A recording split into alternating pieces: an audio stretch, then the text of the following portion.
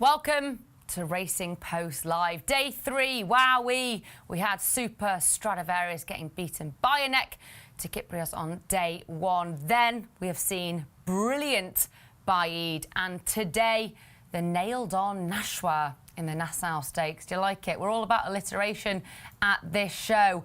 But the fun just keeps on coming. We've got a busy studio here today. It's what we like to see. Plenty of excitement and loads to look forward to. So we are celebrating the fillies and mares in the Nassau today with top insights, tips, and everything you need to know is right here live. We're showing you 5 live races from Glorious Goodwood on day 3. So stay with us, interact, like, subscribe, share, comment. Nice ones only, obviously. Don't worry. Dave Orton's back in this seat tomorrow. He's been away at a wedding, so I've been filling in, keeping his chair warm. Well, without further ado, 5 show-stopping races, but also a show-stopping panel. So we can start to the left, to the left, to the left. We have our very own Tom Parks, a.k.a. Parky. We're going to go through all the nicknames today. How are you? Very good, thank you. Excited to be here. Well, you had a flippity flip-flop dreadful journey to get here, didn't you? Yeah, it was a bit of a nightmare, but we're here, and Glorious Goodwood, day 3, can't wait to get stuck into it. Well, I just don't want you feeling left out, because the narrative of the week has been people stuck on trains. Literally Melrose and G-Rod, I think, had to get a train, a plane, a car. I don't know how he got here. So you're not the only one. Yeah, I shouldn't live so far away, that's the problem. Traffic issues. And then Charlie Poste, how are you? I'm good, Nat. Yeah, actually, I went to Goodwood on Tuesday, so I had a great day racing. Some brilliant action so far. I think just seen the Magnolia Cup come across the TV there. So I'm pleased you mentioned that. Yeah, we haven't really bigged that up enough. We'll have to winner made all. So maybe that's a thing for the day ahead. Who knows? Who knows? So tell us more though at Goodwood. What was it like? Give us a bit more description of the day. Obviously, Kyprios Stradivarius. It was fantastic to watch live. You know, brilliant horse race, and yeah, Kyprios, the young pretender, just got the better of the argument, and then Sandrine in the Lennox. There was some, and yeah, being on course was brilliant. The atmosphere was electric. You know, and it's one of my the flat racing. I think it's my favourite meeting of the year. So we always tend to go. So yeah, I loved it. Oh well, Ross, we could go next year maybe. One day. We never know. I know, but we've been out in the office with 4, maybe 5 people, getting that atmosphere. I think someone... you describe it as electric, yeah? Oh, I tell you what, Charlie, someone sneezed yesterday as I came in, and everyone cheered. It was wonderful. It was fantastic. But yeah, no, it would be nice to go, because it's fellow, northerner over here. It's a long way to go. And me. Yeah, that is true. Yeah, I'm counted as northern and northwest, but it's just around the corner for Charlie. I was brought up on the Wirral, so not really. Yeah. Oh, sorry, mate. Now Stratford upon Avon is home. But yeah, I was from the Wirral. Oh, I take it back then. Oh, this is more. Yeah, good. There's a northern-ish monopoly really today. Yeah, absolutely. About time too. But no, we are in our wonderful studio somewhere in London. It's a secret where we are, but we do have the most amazing studio at the Racing Post, but it's massive. So because of all these train strikes and things, it has been literally, especially with my loud gob, every time I speak, I'm like, whoa! Everyone must be able to hear me, so I've been like sneaking off to the loo, whispering to people on the phone calls about really boring stuff. Barry Orr is back with us. Yes, it's great. He's been here all week, and Barry's been absolutely on fire. Of course, Barry of Betfair have been showcasing the Betfair Exchange Sportsbook. Barry, how are you on day 3? Day 3, yeah. I'd say the in-running comments would be day 1 broke well, day 2 taken back. So there's a couple of furlongs yet to run for me, and we'll see how we get on today. But top quality racing the first couple of days. A little bit more subdued today, it has to be said. But I suppose Baid is a hard act to follow. Yeah, no, absolutely. And then, of course, tomorrow, punting-wise, betting-wise, and it's nicer, the narrative into a big crescendo, because the Stewards Cup, quite frankly, is absolutely...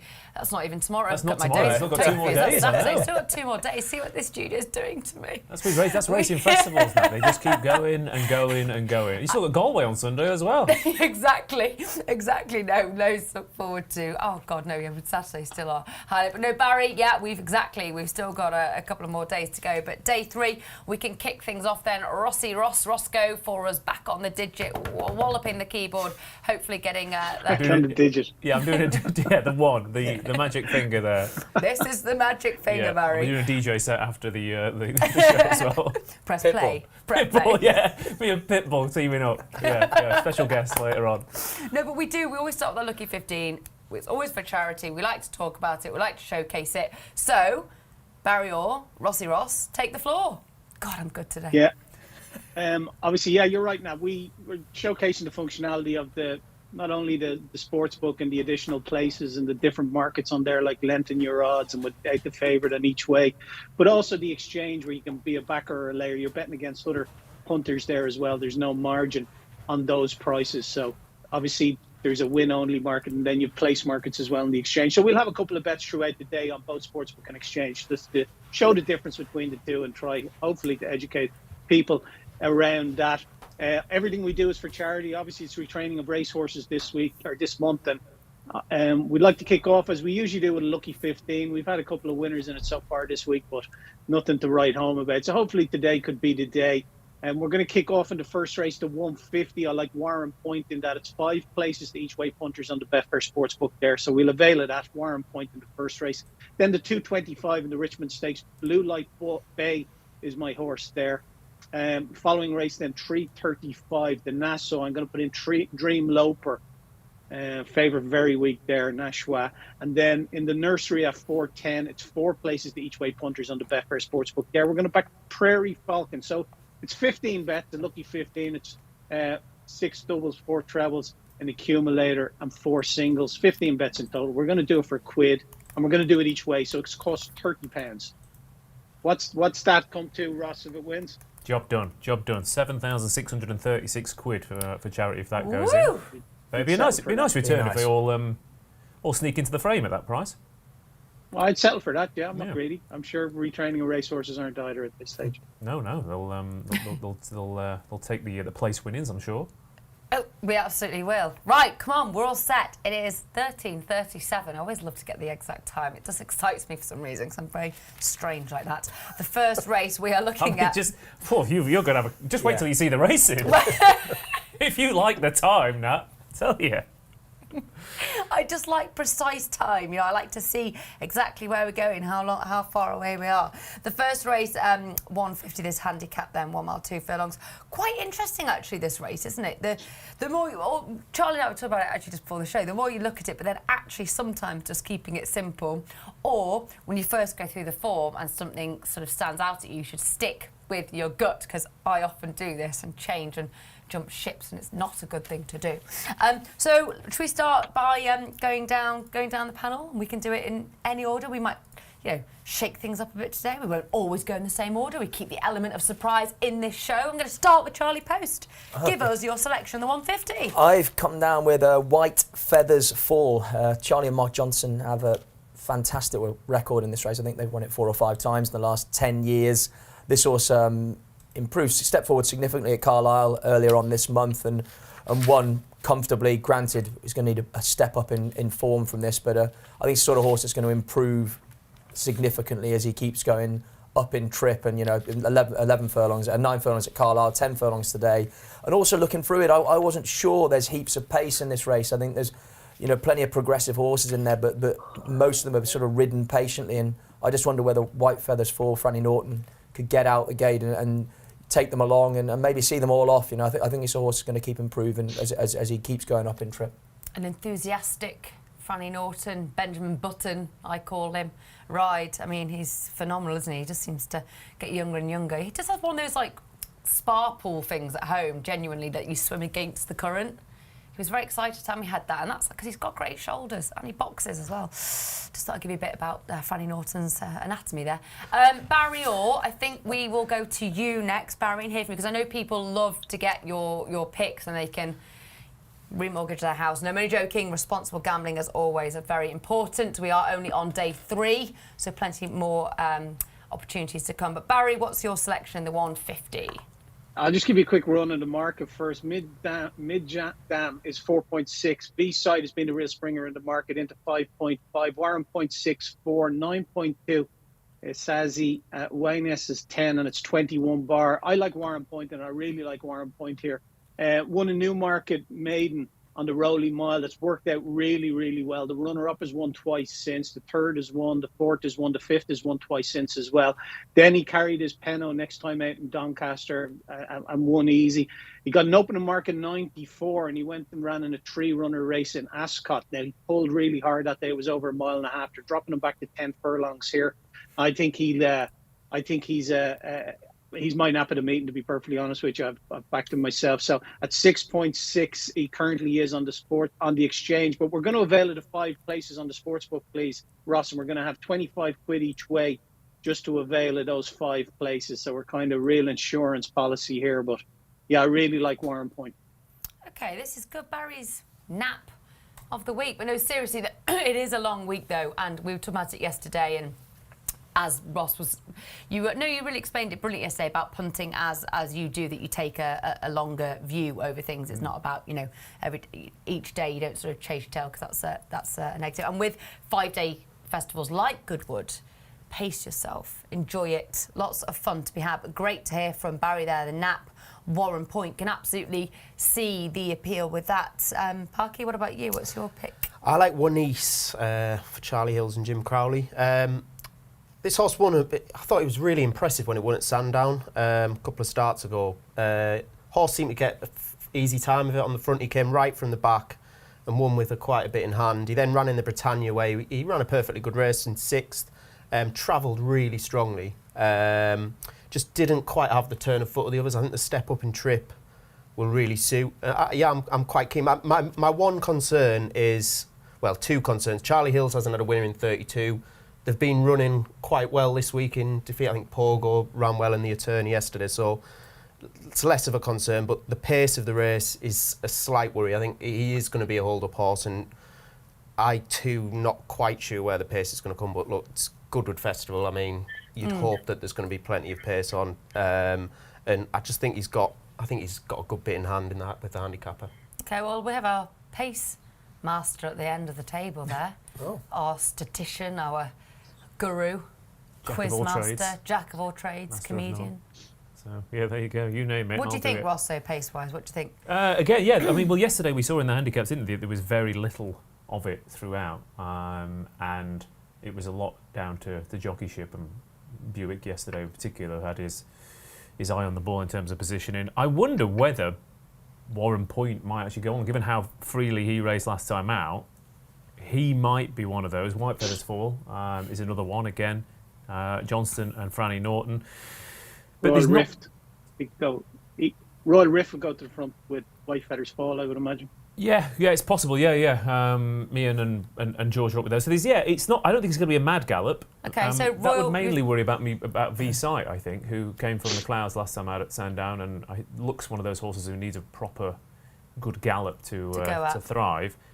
Be interested to see what Migdam does, because he came off the bridle into the home straight at Doncaster last time out, and he looked like he was going up and down on one spot, and then he powered clear. So be interested to see what Ryan Moore does from 2. He could kick on as they come into the home straight and do what Forest Falcon did the other day potentially over this course and distance. But I thought the horse I can't quite work out the price of, and I assume it's because it's the lofty handicap mark, but that's Natural World, who beat Ottoman Fleet on debut, who's rated 100. And that race, I mean, we're talking about races working out, Barry. The 2nd, 3rd, 5th, 6th, 7th and 8th all won. The only one in those that didn't win has placed in 2 red-hot handicaps since. The 3rd's won a listed race. He was a bit of an eye-catcher last time out in that really good race behind New London. If New London's a 7-4 shot for a group race later on the card, I can't quite understand why Natural World is 16-1 for a handicap earlier on. He's run badly here this year already, but that was on soft ground in a small field. And the Dam won a listed race over course and distance on good ground. Hood on, which Charlie Appleby actually does quite well with statistically. Some trainers, I think, throw it on as a last resort, but I think Charlie Appleby knows which ones will benefit from it. So, yeah, 5 places on the old sports book, as Bodie said. I think, 14, 16-1 Natural World is worth a tickle. Yeah, no, why not? So we're thinking going forward, Royal Rift and possibly Warren Point. That's what we're thinking. Natural World for Ross is your tentative selection? No, I think he's keen? Yeah, I think he's going to go one or two ways here. He's either going to he's either a group horse in a handicap, or he's one of those horses that's comes out of the traps really well in his career and then goes completely backwards, which is potential. But I like but it. he's a I price like to it. take a chance, I think. Barry Orr on Warren Point. Parky on Ones. Ones. And Charlie, I like it, yes. White Feathers Fall. Nice name, that, isn't it? I was quite keen when I was talking about horses jumping out on paper. I think I'm going to have the same. I'm either going to get this right or I'm going to be disappointed. But it's Asasi. Asasi? It's quite a nice name. It's Roger Varian and Andrea Senior. It's, look, we've got to admit this is a much tougher task than York. But what I liked about York is actually I thought he won with plenty in hand. So I just thought, is there more to come?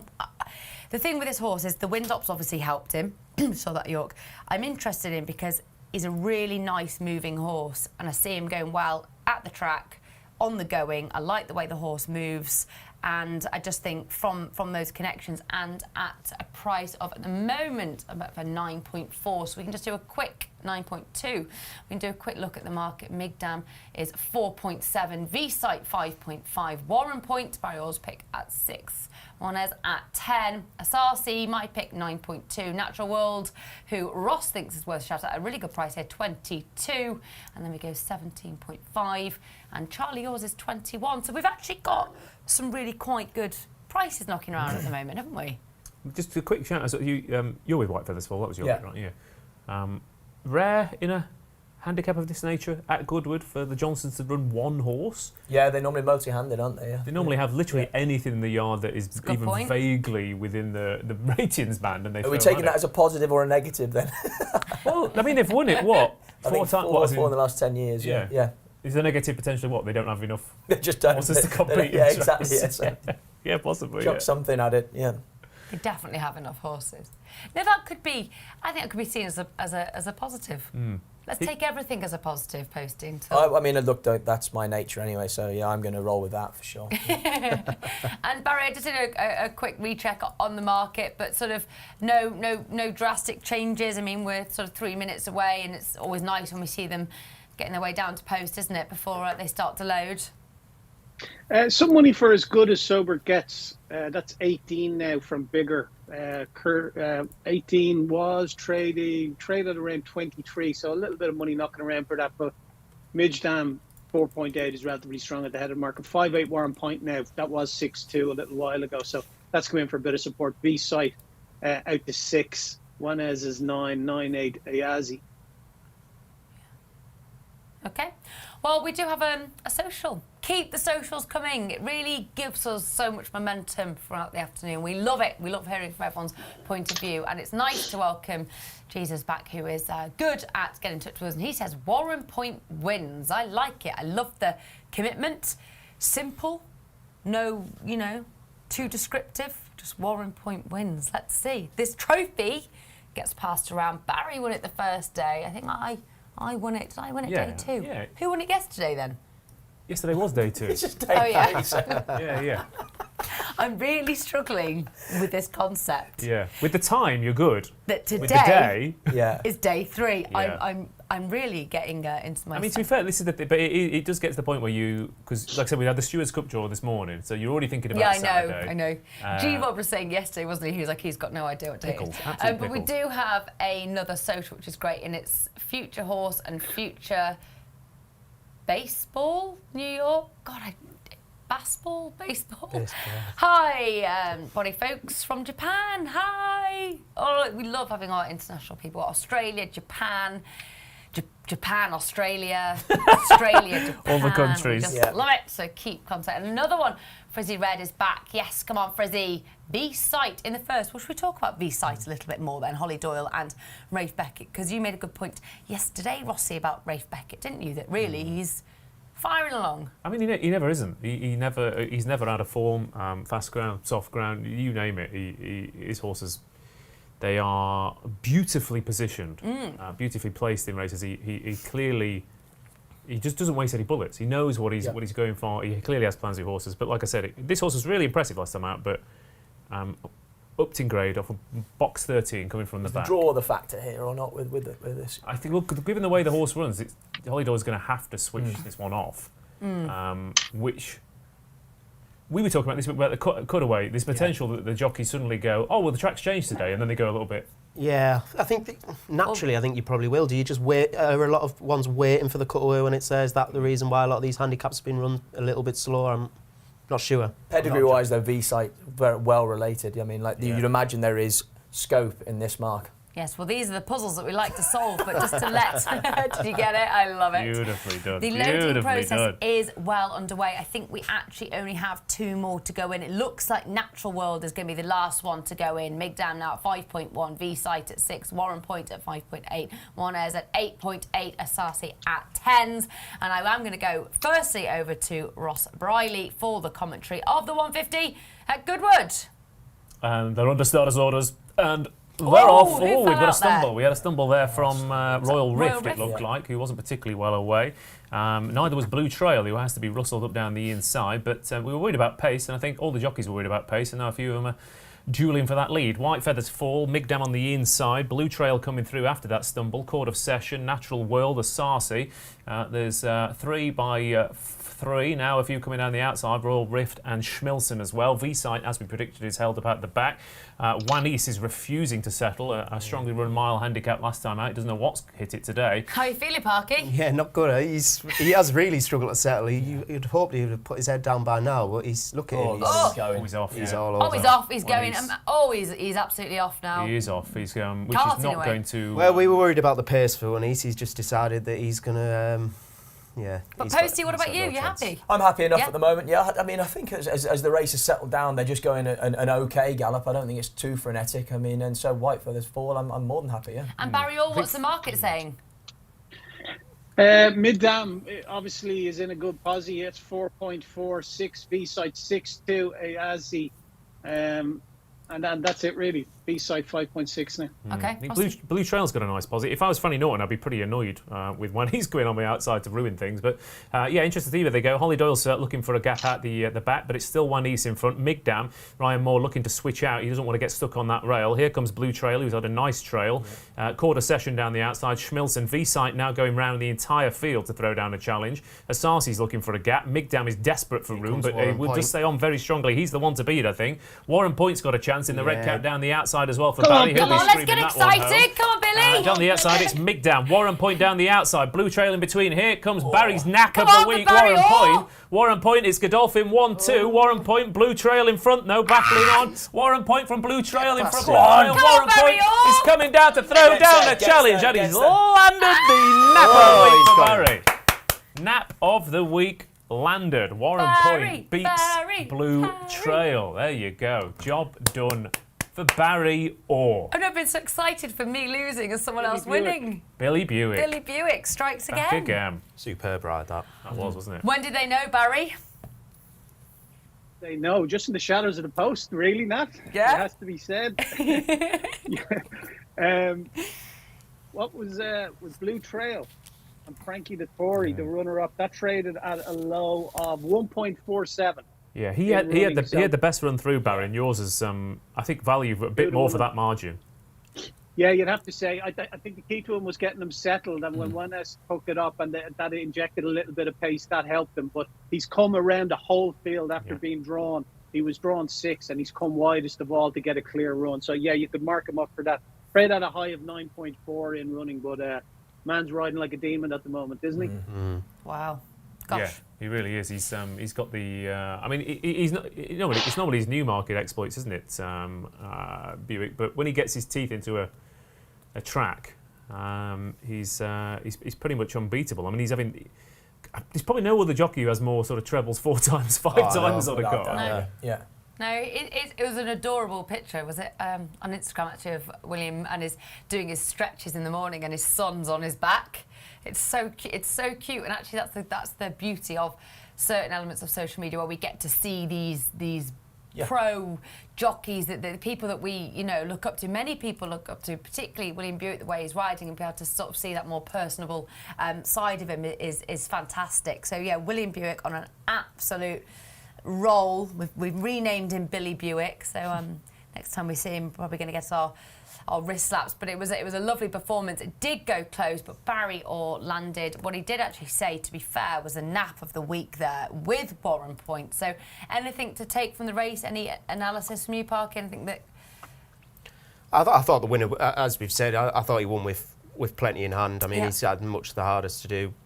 Winnie's, I mean, it really strange run. He's never done that, even looked like doing that before. He's always been relaxed in his races, but back to the drawing board with him. Yeah. He looked unrideable there. Yeah, he was, yeah. I mean, he was pulling and then he just, he made it, his race was gone at the top of the hill, wasn't it? I mean, you've got no chance doing it like that. And Posty, I've been carted off with a few times, but actually only on the gallop, so just literally messing around at home. But for a jockey, it must be quite an unnerving feeling and just really not very nice. Particularly at Goodwood, like. Yeah, look, I mean, like it's just like you're kind of out of control, aren't you? All of a sudden, you're at the behest of the horse you're riding, you know, and you could see Jim was trying to move the bit around, but the horse managed to get the bit almost hooked in one side of his mouth, and you could see there was the right rein especially, there was like no contact there because the horse just had the bit pulled through and was just, he was just running blind, you know. So back to the drawing board with the horse. There's no doubt he's got a big engine, a lot of ability, but until they can harness that a bit better, I'm not really sure what the next move is. Whether we'll be seeing him with the hood on or back down even further in trip. It's difficult to say, really. I mean, maybe a more conventional trap might help as well. I don't think he might well be one of those horses for a back-end Ascot soft ground 7 furlong handicap. Yeah, it's proper strong pace, big field. He's won over Put 7 him in the furlongs mud at so Ascot. we can't pull us out. Yeah, exactly. Yeah. But he's won in soft ground. He's won over course 7 furlongs at Ascot. He could be I can't remember what the name of the one on the back end is called. Balmoral? That's a mile, isn't it? Yeah, that's the mile. Yeah, which is the one that Haggis was it Aldari won last year? It's the Balmoral, I think, wasn't it? You might be right. I don't know. I could be. Yeah, the one that Symbolise was second and Aldari won it last year. That's the one I think he might go for. Let's try and find out. This is probably quite dull for most people, but let's find out. Be interesting to know what he's like at home. Well, that's over a mile, isn't it? So yeah.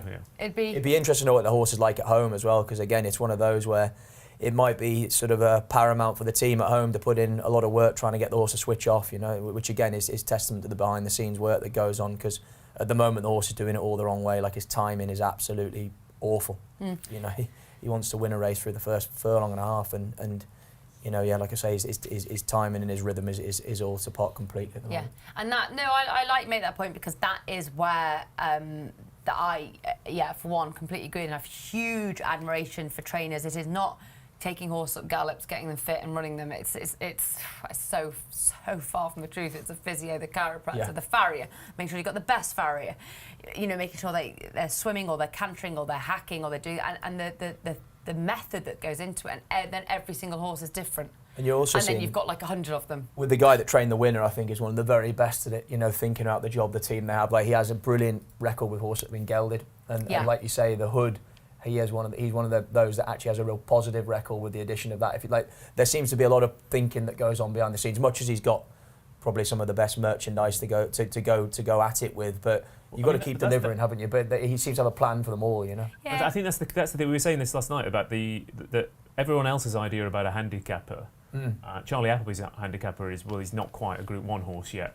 Everyone else's is kind of, you might be running your best horse in this race. Charlie Appleby's running his 25th, 30th best horse in this race, yet they're still competitive. So he's able to pick and choose those targets with the very best in breeding, in form lines. He's obviously got the pick of the jockeys as well. He does have the best merchandise, but he also realises when he's got a backwards Dabawi, when he's got you know, the 2-year-old Dabawi, the one we talked about, Secret State, that couldn't canter as a 2-year-old.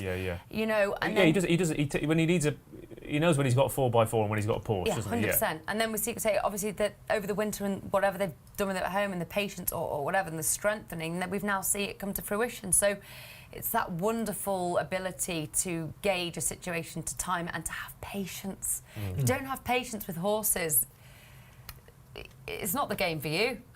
No.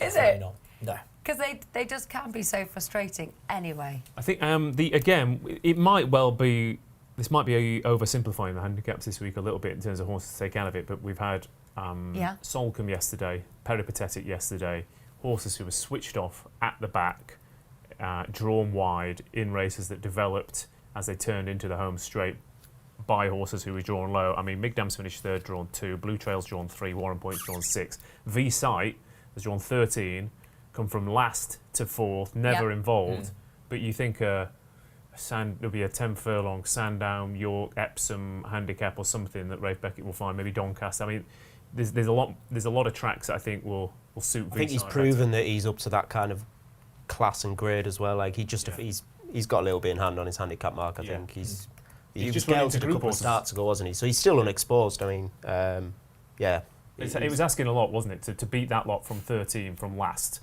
I think that's a big ask. So I think you've got Hollie Doyle to thank for getting into 4th, and you've also got a payday in future, just not today. Yeah, not today. Well, we are just under 25 minutes, which is exciting for my next one, the Richmond Stakes, the Group 2. What's the time exactly, Nat? The time exactly is 14:01. There we go. I checked before I framed it, Ross. Over the 6 furlongs, I just thought it was a nice idea to hear from Barry early on ahead of this, so we can have a sort of a good look at the betting, the 225 at Goodwood. This Group 2, Royal Scotsman at 2.2, Chateau at 4.6, Alcaraz at 7.4, Blue Light Bay, bit of love for Blue Light Bay, knocking around at 15, Crispy Cat 16.5, Swifty Asset at 24, Legend of Xanadu at 32, and Shine's Ambition is at 180, because we do have that one. You're doing my job, Nat. Sorry, Barry, I'm trying to help you. You might be tired. You pick the winners, Barry. You just pick the winners. Barry, do you want me to take my batteries out? There we go. She's gone. Should I? 'Cause a lot of people probably want me to take my batteries out. Sorry, Barry, I just thought I'd help you out a bit, really. Save your voice. Royal Scotsman's obviously the favourite off the back of he carries the best form into this race off the back of his Ascot run. 2.246 Chateau. That's been really strong. Has to be said, because he was 7-2 hard on the sports book earlier. He's 7-2 hard in the exchange now. He has been as high as 4-1. Alcaraz was another springer in the market for Tom Clover, into 7.4 now, having been in a match at a high of 9.4. Blue Bay Light 15 at 16 bar. I like Blue Light Bay. Sorry, that's what I like in the race. Was 5 lengths second to the favourite Royal Scotsman on its debut here at the track. Now, Royal Scotsman had the benefit of a run before that, but Blue Light Bay stayed on well that day as well, and he then made all to win a maiden in Windsor on good to firm ground. The ground was on the soft side of good that day in Goodwood when he made his debut, so he really appreciated the better ground in Windsor. He looks like a horse that's going in the right direction. There's one non-runner here, so it makes it the dead 8 for each way punters as well. But just at the 14.5, Ross, we're going to have 25 quid win and 25 quid place at 14.5 Blue Light Bay. Happy to be a price taker in both markets as well. It's the 3 places that we'll play in on the exchange. So Blue Light Bay winning place in a competitive little heat. Yeah, it is competitive, isn't it? Again, there's 2 that I'd really like to take out on this. Chateau, I absolutely love this horse. Is it because I've seen him at a race course and just been quite overwhelmed? It's just a very, very nice horse. And again, we've already mentioned Billy Buick in fine form. He's just a cracking horse, isn't he, Chateau? You just look at his form. And I agree with you on Blue Light Bay at that sort of bigger price. Says absolutely worth a bit on the nose or in each way. However you want to play it. Because I'm cautious, will play Blue Light Bay as an each way, and Chateau skinny enough now though, so you only want it to win. But yeah, an interesting contest. But with that non-runner, it's always annoying, isn't it? But Posty, what are you? Yeah, I'm with Barry. Yeah, Blue Light Bay for me is in a, and then the horse he beat at Windsor, Eminency, has come out won again since, and as won since, and then yeah, with the quicker ground and a bit of track form already, and I think at the prices, again from a win and place perspective, I'm really keen to be with him and expect him to be a good deal closer to Royal Scotsman. Whether he can beat him or not, we'll wait and see. But like I said, I think at the price, I'd rather be with him than Royal Scotsman. Okay, and Parky, come on, you're gonna be able to kiss. Well, I've gone for 2 as well in this. I like Chateau out of the market principles. I'm going to take a chance on Legend of Xanadu, who's the outsider bar the 100 to 1 shot. Look, he was 3rd to Chateau last time. It was a really muddling race at Newbury. The top speed figure by the winner was only about 74, so it was a bit of a funny race. Now, this horse will need a bit of pace on, which after the last race, hopefully he's going to get it. Look, he clocked a very good top speed figure at Epsom when he won 3 starts ago. He then went to Ascot and ran in the Chesham. He's far too free that day. 7 furlongs, I'm not really sure is his trip either. Dropped back to 6 last time. It was a good run, as I said, in a muddling race. I just think he is overpriced. He's been downhill before, at Epsom obviously, which I think for a 2-year-old helps. Obviously the favourite has been here before and a couple of others, but I just think we might see the best of Legend of Xanadu, and that will definitely put him in the place picture. Okay, no, it's nice, and why not go at one of those bigger prices, 34 now, as we can see on screen. But I love your point about that Newbury race, because I was there. Like, for me, Chateau, bumped, took keen hold, was then hampered. It was what we call really a messy race, wasn't it? So I quite like the resilience of the horse in that performance when a race is messy and they still have that sort of tenacity when it goes wrong. And also the entries for Chateau are pretty impressive, aren't they? Whether it will be the Phoenix Stakes quite quickly over in August, but of course the Gym that wins the Castle form as well at Ascot's really red hot. I mean, the Coventry form looks like it's working out quite well as well, and Royal Scotsman ran a blinder, but that Windsor Castle form in particular is really, really hot. Yeah. And Ross, what about you? What have you come down on in this?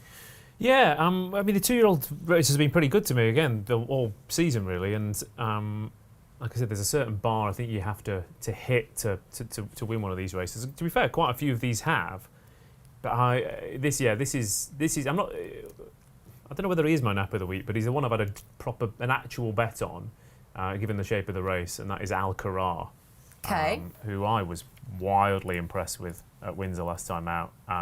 He was a little bit sluggish out of the boxes, then had to be rushed up down the inside rail by Luke Morris. They went a good clip, and he switched out and he absolutely shot home. An RPR of 95 for a 2-year-old on debut is it's group class. And he's beat some good horses in that. The races started to work out well. Tarjay and Swift Asset have come out and won. Chartwell House and Tenjin have run quite well since. But Tom Clover this year, Clover, the past 12 months, 2-year-olds. Yeah, let's talk about Tom Clover. His 2-year-old record, first, third, second, fifth. First, second, third. And the fifth was in the Windsor Castle. So the only horse who's finished out of the first 3 was fifth in the Royal Ascot, in, like you said, one of the hottest 2-year races of the year. Put Jack Mitchell on board, first, second, second, third. His 2-year-olds are flying. On RPRs, this is the best of the lot on debut.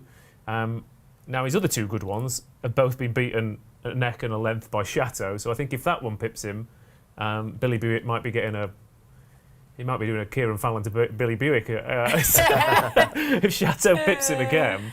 But the horse is from a really nice Shadwell family of really good sprinters. I was a little bit worried about one run then straight into a race like this. The stats didn't look that good at first glance, but then there's only been one horse in the past 10 years who's done that. Normally they go to Ascot or Newmarket or Epsom or wherever else. Yeah, I mean, if he runs like he did last time out, I think he's going to be coming very strong at the death, and in theory should get a decent enough toe into it from a couple. Blue Light Bay being the most obvious of the pace angles. So yeah, I could see this. It's very rare at Goodwood I actually get excited about. This is a good bet. This is a good horse. I've been looking forward to this. And normally when you do that at Glorious Goodwood, it never works out. It's normally painful. But Barry's. I'm confident. Barry was so confident in that first and it came off that I now... Show us your excited face. Come on. There you go. Yes! Yeah. I love it, Ross. Come on. Just you wait until if it crosses the line in front. Back to our social corner. It's lovely to hear from Chris Timms. Royal Scotsman is better than this lot. The Fav wins. Does it? Chris, does it? We shall see. But we can talk about that in a moment. We've got another social coming up. Richard, great to hear from you. Richard Paulowski. Well done, Barry, for Warren Point. Hope the winnings go to a decent charity. Of course, absolutely, as always, decent charity. But this, we're focusing on ROR, which me and Poste know quite a bit about. I've retrained. I think it's about 8, and they are wonderful. They are absolutely wonderful. They can be fragile, and I wouldn't take them on half-heartedly. Ex-race horses, I would think it through. There can be management levels, like with any horse, though. But I do. Thoroughbreds are particularly intelligent. I think that given another job is exactly what they want to do. Yeah, I mean, there's so much for all of them to do beyond their racing career. I mean, especially if they've been well produced and everything like that. You know, they have an incredible amount of athletic ability and, like you say, natural intelligence. And we can see with all the different jobs that they're going on to do that. They're the most fantastic animals, you know, and like I say, the fact that these sort of charities are highlighting and doing such incredible work, making sure that they all go on to good homes and excelling in their semi-retirement it's a special thing, and so the ROR charity is fantastic. It is. It's such an important part, and also to raise awareness for horses to be produced properly from a young age, so they just have this longevity after their racing careers. Because when we talk about how trainable they are, I promise you, their intelligence. You know, take my ex-racehorse down the road, and you're absolutely fine. You take my warm blood down the road, and it's like going on a flipping roller coaster. You know, honestly, it bucks. It's beautiful, but it's much more spirited. The thoroughbred is the safe one. They get this sort of reputation for There's being... a massive misnomer with it, isn't there? Like that people feel that thoroughbred and they have to be crazy, you know, to be a racehorse, and it couldn't be further from the truth, you know. As in, well, I guess surely they are from an early age taught. You can't be a racehorse and be crazy. You've got to learn how to relax. They come into a system of like discipline and you know, training like a young kid going into an academy, if you know, like, so in theory 95% of them are going to be channeled the right way and like I say, learn to be producing a disciplined performance regime, you know, whereas like I say, and that can only be a positive then for their future careers outside of racing, doing different things. But like I say, I think we are getting there though. We are definitely getting there. I think it's kind of a bit old school and thinking. the lovely social media of Native River the other day taking her to a prom. You know, I mean, because they're used to the fanfare. I promise you, if you actually tried to get on my horse with that dress on, you'd be off quicker than you Which couldn't Ross would do. Yeah, I think I'd look pretty good. Yeah, you'd look great on a horse. With a dress on. With a dress on. Like I said, I'm a jack of all trades. If anyone riding through Leeds or wherever, I mean, it'd be a spectacle. It would be a spectacle. I'd stop traffic. Have you ever ridden? Have you ever sat on one? Or donkey? Or anything? I've sat on a horse. Did you like it? I mean, it was 20 years ago. Right. Two or three times. It was. I did like it. I enjoyed it a lot. Nice feeling. Parky, have you? No, I had. I begged my mum and dad for horse riding lessons when I was about 5 or 6, and they had to pay like a block of lessons. Yeah. And I went to my first lesson, cried my eyes out before I went on a horse, and never went back. I couldn't ever go back to them and say, "Oh, can I have horse riding lessons now?" It would have, I'd have been the right kind of height to be a jockey as well. Exactly, Oh, Parky. You got a calm demeanour. You could be a jockey. You could be a... I cried my eyes out and that was it. What were you so upset about? I have no. I was You're genuinely. allergic, I you must get have been fever. reception class at school. Like I was very, very young. So I have no idea. I probably cried at everything at that point. And they were probably very, very big. Barry, you a rider? Do you prefer to keep your feet on the ground? I rode horse a couple of times when I was a kid, you know, just messing around, and I think it was about 17, 18, and I fell off one day and broke my left arm, so that ended any aspirations I had to ride horses. Fair enough. That is painful. You dodged a bullet there, potentially, Parky. Yes. Massively. Sorry, it's going to tickle me. His parents booked a hole. Yeah. Get their money back or not? I have no idea. I don't think they were very happy with No. I sensed that, even at I'm 5. not sure it's that cheap. Oh, that's absolutely rattled me. Quite a nice parent. I think a lot of people's parents would have been like, "You're going to stop crying and get on that horse." Quite frankly, we've paid for these lessons. Yeah. Oh, they should have just put you on. You probably would have loved it once you're on board. Not too far away from the 225, the Richmond Stakes, the Group 2. Barry, should we have a quick reflect on the market? Yeah, it hasn't changed much in that 2.2. So 5-4 Royal Scotsman, Chateau 4.4 now. So sub 7-2, 7.2 Alcarar, Blue Light Bay 16.5. That slid out a couple of points. Crispy Cat in a point of 15.5, and it's 26 bar. Okay, and just to recap then, Ross is warm on Alcaraz, made a brilliant case.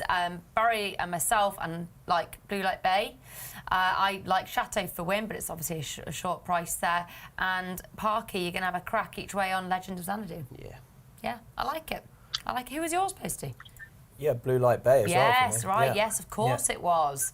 Right, so we need to be some serious cheering these horses on the way home. And yeah, you've got your one non-runner, Marshman. So it's a bit frustrating because it does make it that dead 8, but still plenty to look forward to. Could be a decent... Sorry, go on. I was going to say, you very briefly touched upon it before, making a good joke with Billy Buick and whatever you said before, but it was about swearing. And in the news, obviously, we have seen that Kieran Fallon has received a ban for swearing at Marco Gianni. Now, I did spend a bit of time yesterday talking about the filly he was on board, Craft. Come on, what's wrong with my memory? Something Craft, anyway, the horse he was riding. And it was very lit up, and he had to get off and basically walk her down. Now, he then swore at Marco and has actually received a ban. What are your... I'm not trying to get you into trouble here. You can just be as honest as you like. What's your opinion and view on getting a 2-day ban, I think, for swearing when we can compare it to Wimbledon? You think it's big? What? Yeah, no, sorry. I was going to see how long I'd get banned for. I think, as ever with these things, that when something's taken out of context, it is... Happy Craft, sorry, was the horse. Yes, of course, yeah. It's probably taken out of context. It's probably happens 20, 30, 40 times a... Was it heard on TV, or was it just... What it's sort of saying here is that he said, what the beep did you do that for? Because Gianni had actually said there's nothing to be worried about, but the matter was nonetheless reported to the stewards, who held an inquiry at which they interviewed Fallon, Gianni and the vet. So...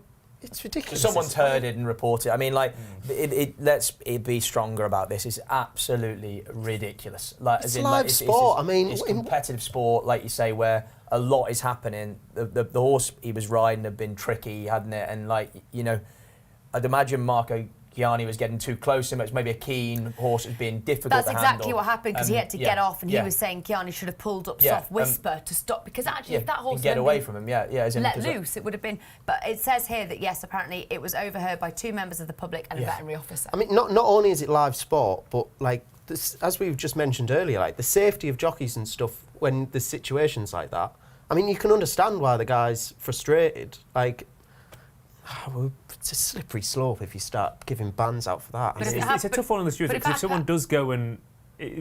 nothing would have happened if someone hadn't made a complaint. No, and but then it you're happens in at Wimbledon, and we all say how great and what it's a picked raw up by talent. TV cameras in football, tennis, whatever, and like nobody says anything. Into any sporting environment in the world. Well, I mean, we're going to spend a lot of time banning a lot of people if every time you swear that's an instant yellow card or dismissal or suspension. I mean, I don't know where we're moving forward with that at all. And I don't think by what we read on the actual quote, Kieran hasn't said, and you know, he hasn't directly really insulted Marco Gianni. He said, "What the beat did you do that for?" He's not kind of. He's not going, "You're a." That's what I'm saying. It's not. It's not. He hasn't attacked him in that way. But it obviously has been overheard. It's obviously been reported. He's got a 2-day ban, which does seem. I mean, it's amazing, isn't it, that the people who clearly complained about it, it was their first day out of the house, obviously, in the world, ever. And they must have thought, what on earth? Have they ever been on the tube? Yeah. I mean, they've got to Goodwood despite having never spoken to another human being in public before. I assumed that jockeys must shout and abuse each other all the time. Like, of course they do. Yeah. Like, And in a race. You normally go, that was... I am not happy with you for that. And they go, I'm terribly sorry. is there a difference Incredibly between... poor form, old chap. Yes, exactly. Next time, I'll knock your block off. Yes. Is there a difference between doing it outside? Is there different rules for doing it on the track as opposed to like in the weighing room? I mean, look, I've been retired 3 years now, so what we're seeing is that who knows what the rules are. Mm-hmm. Yeah, no. So, Barry, what do you think? Do you think it's exaggerated? Do you think it's too much? What's this? The cussing out yesterday? Kieran Fallon's 2-day... I think it's pathetic on the BHA's part that they couldn't just have a quiet word and then say, listen, there was a member of the public down there and he might have been offended by some of the language that you use to actually suspend them. The BHA just have so many bullets, and they just riddle themselves with it day in, day out. They just shoot themselves all the time. Yeah. It's really pathetic. It's embarrassing actually for them. Yep. Yeah. And where we're all, everyone must have been deaf when Frankie Dettori was cussing out Dylan Brown McMonagle on Champions Day last year in Ascot for taking his ground. He effed him up an apple tree from the race course all the way into the parade ring, and apparently it continued in the weigh room as well. But there was no 2 days for Frankie for that. So Yeah, I think it's just stupid in this day and age. God, I tell you, if people were eavesdropping to workmates talking among themselves sometimes, and sometimes people get irritated in work and they might use some colourful language, God, we'd all be in a bad way. Oh, I'd been fired years ago. Genuinely. Yeah, you come in and still do the job. Yeah. Maybe I am due to be fired. I don't know. No, look, it's a hot topic, and it's sportsmanship, and it's just a shame that at Wimbledon it's seen as a wonderful raw talent, and BHA have done us again. We do have a social from the social corner. The Mighty Gomez, great to hear from you, Mighty Gomez. A Royal Scotsman was sitting in his chateau overlooking Blue Light Bay, eating a crispy cat. I'm going to read it again, that's so good. The Mighty Gomez, a Royal Scotsman, was sitting in his chateau overlooking Blue Light Bay, eating a crispy cat. That's legendary. Do you want to come in? Do you want to come in on the show? It'd be great. We do have the horses in the paddocks. It's always quite a fun bit to have a look at them. And as soon as I've said it, they've gone off the screen. That's very helpful. But I was just about to say that Chateau looked an absolute picture. Looked very nice and calm in the preliminaries, but now they've gone, so I can't see. But again, should we have a market review here? Royal Scotsman 2. It's odds Chateau on now, 4.7. Royal Scotsman. Yeah, look at this now, Barry. Is that Royal Scotsman? Royal Scotsman's into evens now, so he's really strong. Yeah, 4.7 Chateau, still hovering around the 7-2 mark. 8.6 Alcarar, that's dried up. Support for him. Blue Light Bay is out to 17. Crispy Cat, a little bit of support, 15.5, and it's 30 bar. I mean, I think it's interesting. Royal Scotsman, the only 2-year-old winner for the Coles this year, and the rest of them have been obviously bitterly disappointed. This one is carrying all before them. And then if that might be actually more of a positive than a negative for him. If the other 2-year-olds are a bit backward, then he's clearly one to keep an eye on. But that commentary form has worked out really, really well, hasn't it? So it's why are you against him? I'm not against him. No. It's just it's just the price. It's just the price. Yeah. It's just an 8-runner race with an even money favourite. Yeah. 2-year-olds as well. I mean, yeah. I think the thing with the 2-year-old races this week, the obvious ones have been priced up at the top of the betting, and there's one that's improved past them each time.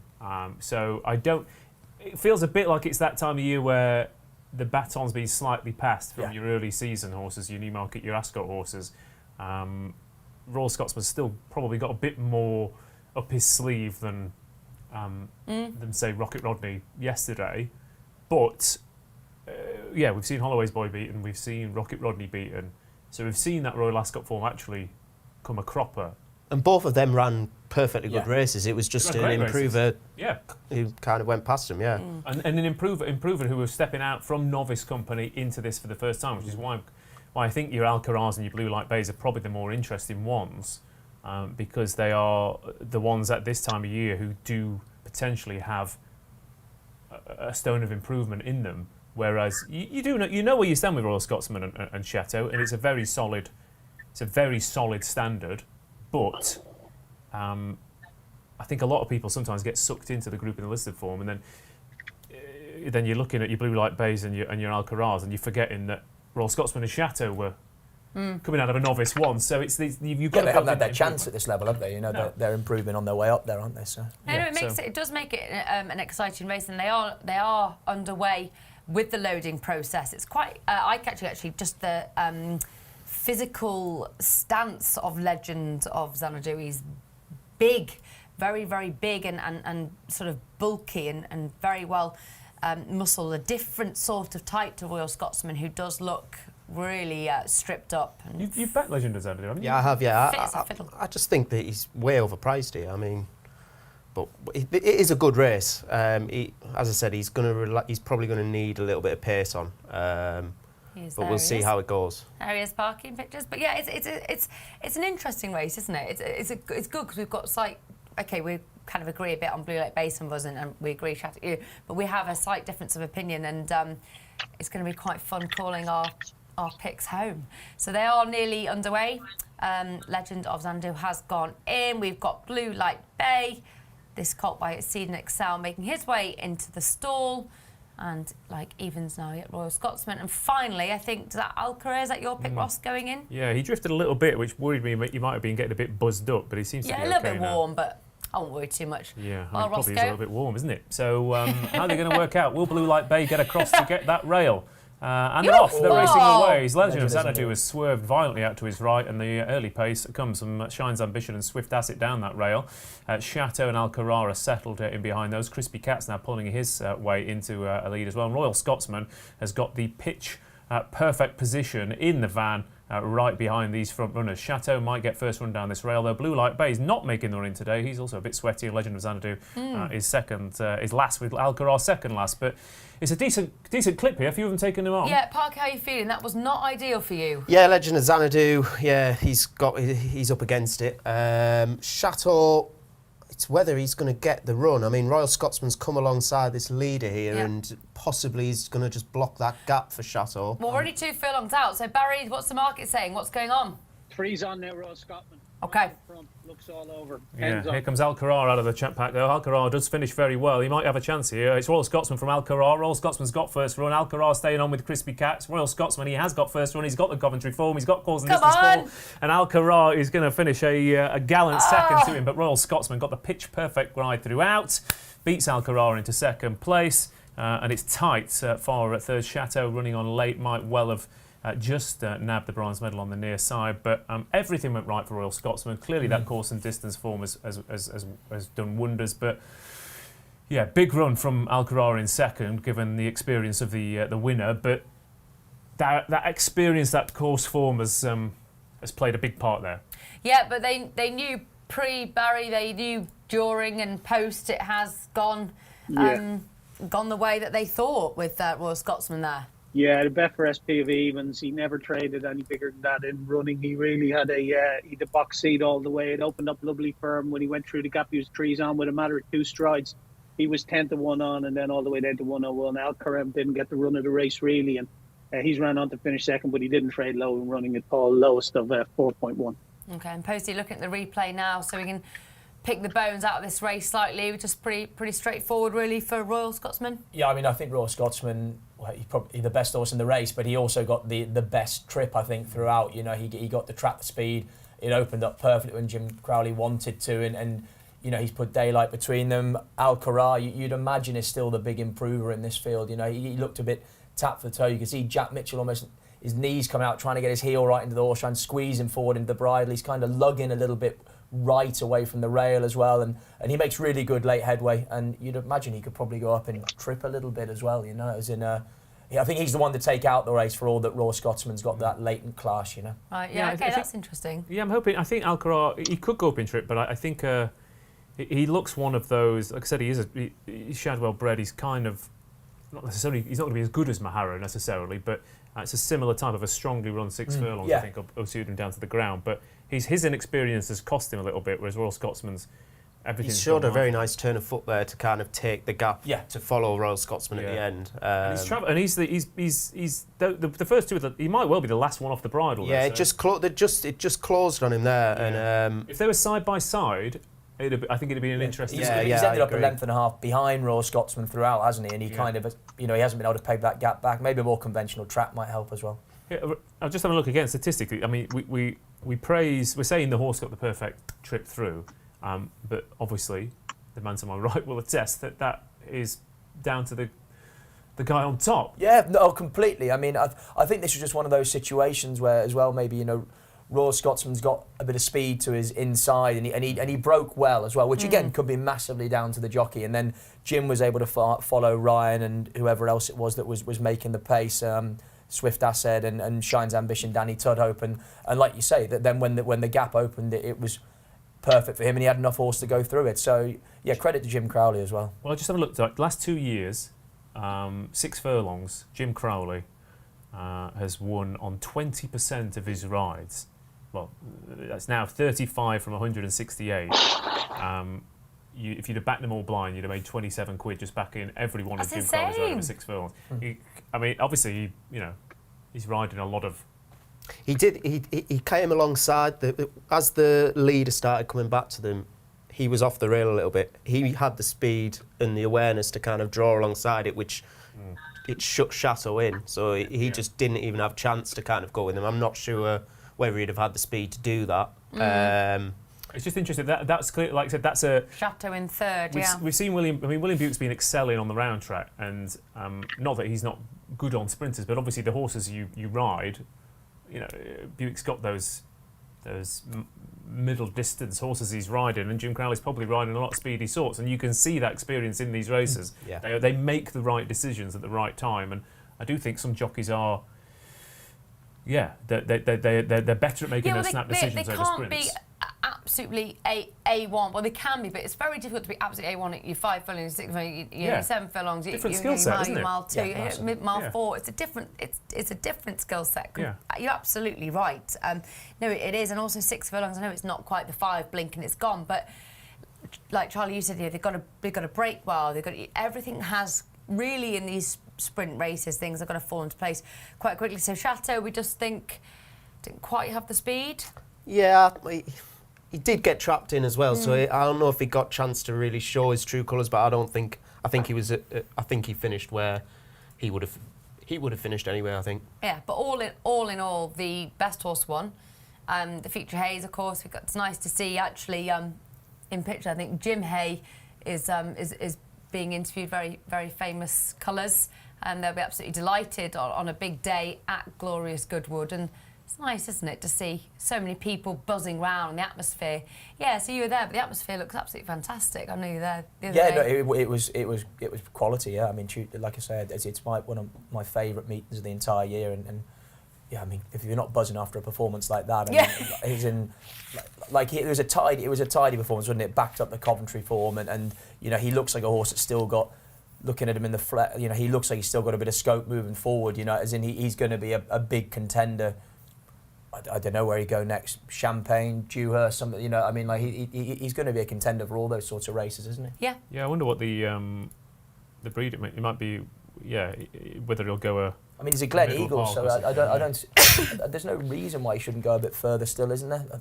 I mean, Glen Eagle's out of a pivotal. Yeah, there's plenty of 7 furlong form in the. But I suppose the only thing he did look like he's a keen goer though, isn't he? He's a strong traveller, and he looked like he was. Again, he looked like he was fractionally over racing there and behind still, but again, I would imagine on this track where stamina, it's not such a stamina-inducing track, and you're probably better off being the ideal pitch, running a bit keen over these sprint trips than being slotted in. I mean, well, I mean, the thing for him, given especially Perfect Power came out of this race last year, Golden Horde a couple of years ago. He's got course and distance form at Ascot. I mean, now with the Commonwealth Cup, you don't need to not at all mess around. You just go, well, we'll go and win the Commonwealth Cup next year. We don't need to force a horse into being a miler anymore. And like you say, from that point of view, maybe the Middle Park is the obvious race for him.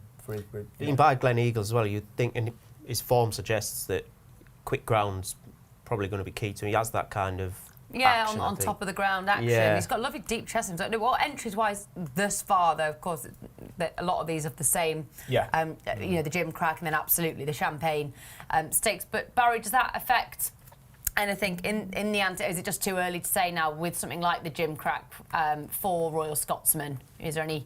Yeah, you wouldn't have any of those races up yet, Nat. He won't Yes. change to 25 for the 2,000 guineas. No, it's not going to change. Okay, well, that's interesting. Well, we'll see where he goes. And, of course, it'll be fascinating, like you said, with Step Up and Trip, with something like the Champagne over the 7. So, yeah, fascinating. No, good winner. That was a decent performance. Very pleasing. So well done to... The 2-year-old form keeps working out as well, obviously. I mean, the Coventry Persian Force won the July Stakes. The Robert Papin's gone to Blackbeard. Obviously, we've just had Royal Scotsman come out of it as well. Like you said, the Windsor Castle's working out at that level.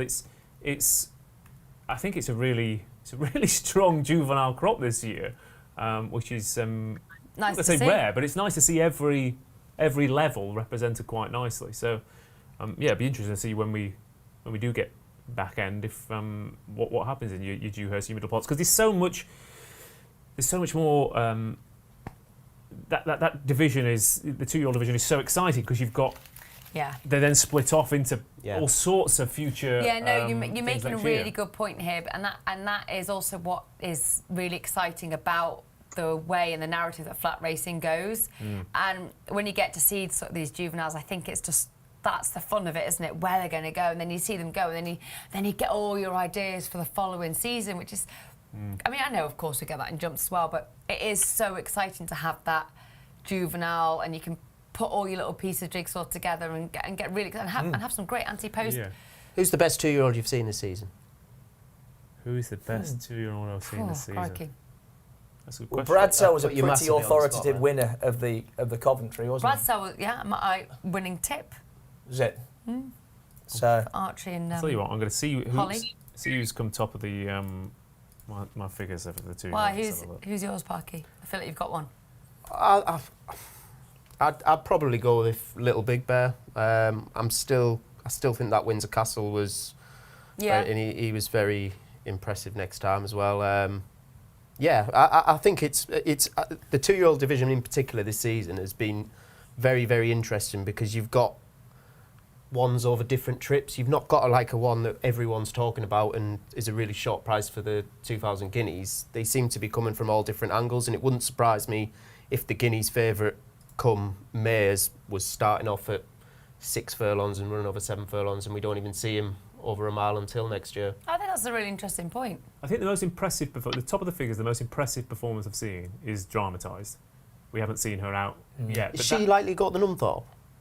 Well, I mean, if Dramatised and the Platinum Queen from yesterday go for the Nunthorpe, Yeah. that is going to be an absolute As- blinder yeah. of a race because those two look insanely fast. And that's the thing. Depends. That's what you want. What do you want from a 2-year-old? You've either got a pure raw speed, or like you said, you've got the ones who might go up to 7 furlongs. But in terms of explosive performances, Yeah, so Dramatised at Ascot was 6-1 for the Nunthorpe. Dramatised. Is the Platinum Queen in there? Not at the moment, just the Lowther. they were on at the Abbey maybe at the end of the year. yeah. I heard them mention in an interview afterwards. Yeah. So Yeah, at the moment we've got the Platinum Queen Lowther is that? and then the Nunthorpe. Interesting. And you've got to stand up when Carl Burke's bullish about one. And my God, he was bullish about Dramatised going into that, wasn't it? I mean, he even says here, I've probably been saying too much about Dramatised, but she's shown us that at home. She's got a lot of natural speed and lengthens and keep going. I'm sure she'll say 6 foot, yeah. I mean, it is interesting to say. And yeah, he said here, definitely Group 1. But she's a bit of a diva, apparently. We quite like that. And yeah, very interesting. Well, let's see. Nice to get these 2-year-olds on the cards and have a look at them. Social Corner, Paul Ridgway, great to hear from you. I think Dramatised beats all of the 2-year-olds this season, Colts or Fillies. Isn't that's wonderful, actually? Well done, Might be team. all the older horses. Studio. Yeah. Well done there to you get go. that there. And that's top of your... Yeah, like I said, it's the Queen Mary of all the Royal Ascot races that actually the other ones are working out a bit better. I think the Queen Mary, everyone said, oh, that's the best performance, or that was the most, especially on the clock it was. But she was so far ahead of everything else. Have we seen many run from that race? Well, the Platinum Queen was. Platinum Queen, Yeah. obviously, yeah. Yeah. What else has come out of that race? That is a good. It's just not any that I've really noticed, but in terms of a spectacle, Yeah, nothing's really been. Olivia Moralda won the other day, didn't it? Mayland C was well beaten at Newmarket. Maria Bramwell was well beaten in the Super Sprint. The difference for the fillies, the 2-year-olds over 5 furlongs, is not that many obvious next steps. Yeah. I mean, you wouldn't. Mayland C went up to 6 furlongs next time out. Maria Bramwell went for the Super Sprint, whereas your Coventry runners, or like you said, the Windsor Castle, they've got quite a few steps in the next few weeks, whereas the fillies, if you've got that pure raw speed early on, there's not that many obvious stepping stones next time out. So maybe that's why we haven't seen Dramatised yet, for example. Yeah. No, it's a good point. It is a good point. Well, it's nice to have a little chat about that, isn't it? There's always things to talk about on this show. Keep your comments coming in. We are live. We're interactive. Like, subscribe, share, YouTube, Facebook, Twitter, all the other stuff that I probably don't know about, all the other great social media platforms. But it's wonderful to be taking you through Glorious Goodwood. And our next race that we're looking ahead of is the 3 o'clock, the John Pearce Racing Gordon Stakes, a Group 3 here on the card over the 1 mile 4. So, Barry Orr, can we take a little early preview? We're about 20 minutes now from post time. So what's the market suggesting in this Group 3? Yeah, so New London's your favourite, no surprise there. Obviously, 2.54. West wind blows 5.7. 6.6 Who You Mal. It's been a bit negative. Grand Alliance 12. 15 Doyle Legend. Jack Darcy, there's been some money for that at 16. And it's 29 bar. I'm going to lay New London here. Obviously, he bombed out in the Chester Vase behind changing of the guard when he was sent off 4-11. He was a 7-1 chance for the Derby at that stage, but they gave the ground as an excuse. He followed up then. They gave him a bit of a break. They freshened him up and they took him to Newmarket where he won a handicap off 99. He's in against much better horses here. Obviously, West Wind Blows is not without a chance. Who You Mal second in the Derby, albeit at a Betfair SB at 227. But he's in a first-time tongue-tie. Grand Alliance trade at 25-1 on before throwing away his chance in the King Edward VII Stakes at Royal Ascot. And Jack Darcy with Neil Callahan has a bit of a chance at 16. We're going to set our own odds here, please. Set the odds to lay it at 2.56. So hopefully we should get matched straight away. That will go into the lay section. Or it's two. Yeah, that will go into the lay section and hopefully we'll get matched. We're going to take 50 quid at the backer stake here. Job done. Straight quid. off the bat there, Barry. Yeah, matched already. Yeah, 2.56. Straight off the bat, that's what we like to see. Come on, right, let's get stuck into this then. I think we've got 10 making their way down to post. So let's get some of these runners up. We've got no changes, have we? No, good. Parky, let's start with you. Have you got a strong opinion? Yeah, I like the favourite. I was very impressed with New London, Newmarket. I thought he looked the real deal. And to give all that weight away to some progressive handicappers, I thought was very impressive. Yeah, he was a bit disappointed at Chester, but I think they had excuses for that, and it sounded just from the way that Charlie Appleby was speaking after Newmarket that they kind of got to the bottom of whatever that issue was, freshened him up. I think he's a good bet here, and I think he'll probably win the Ledger as well.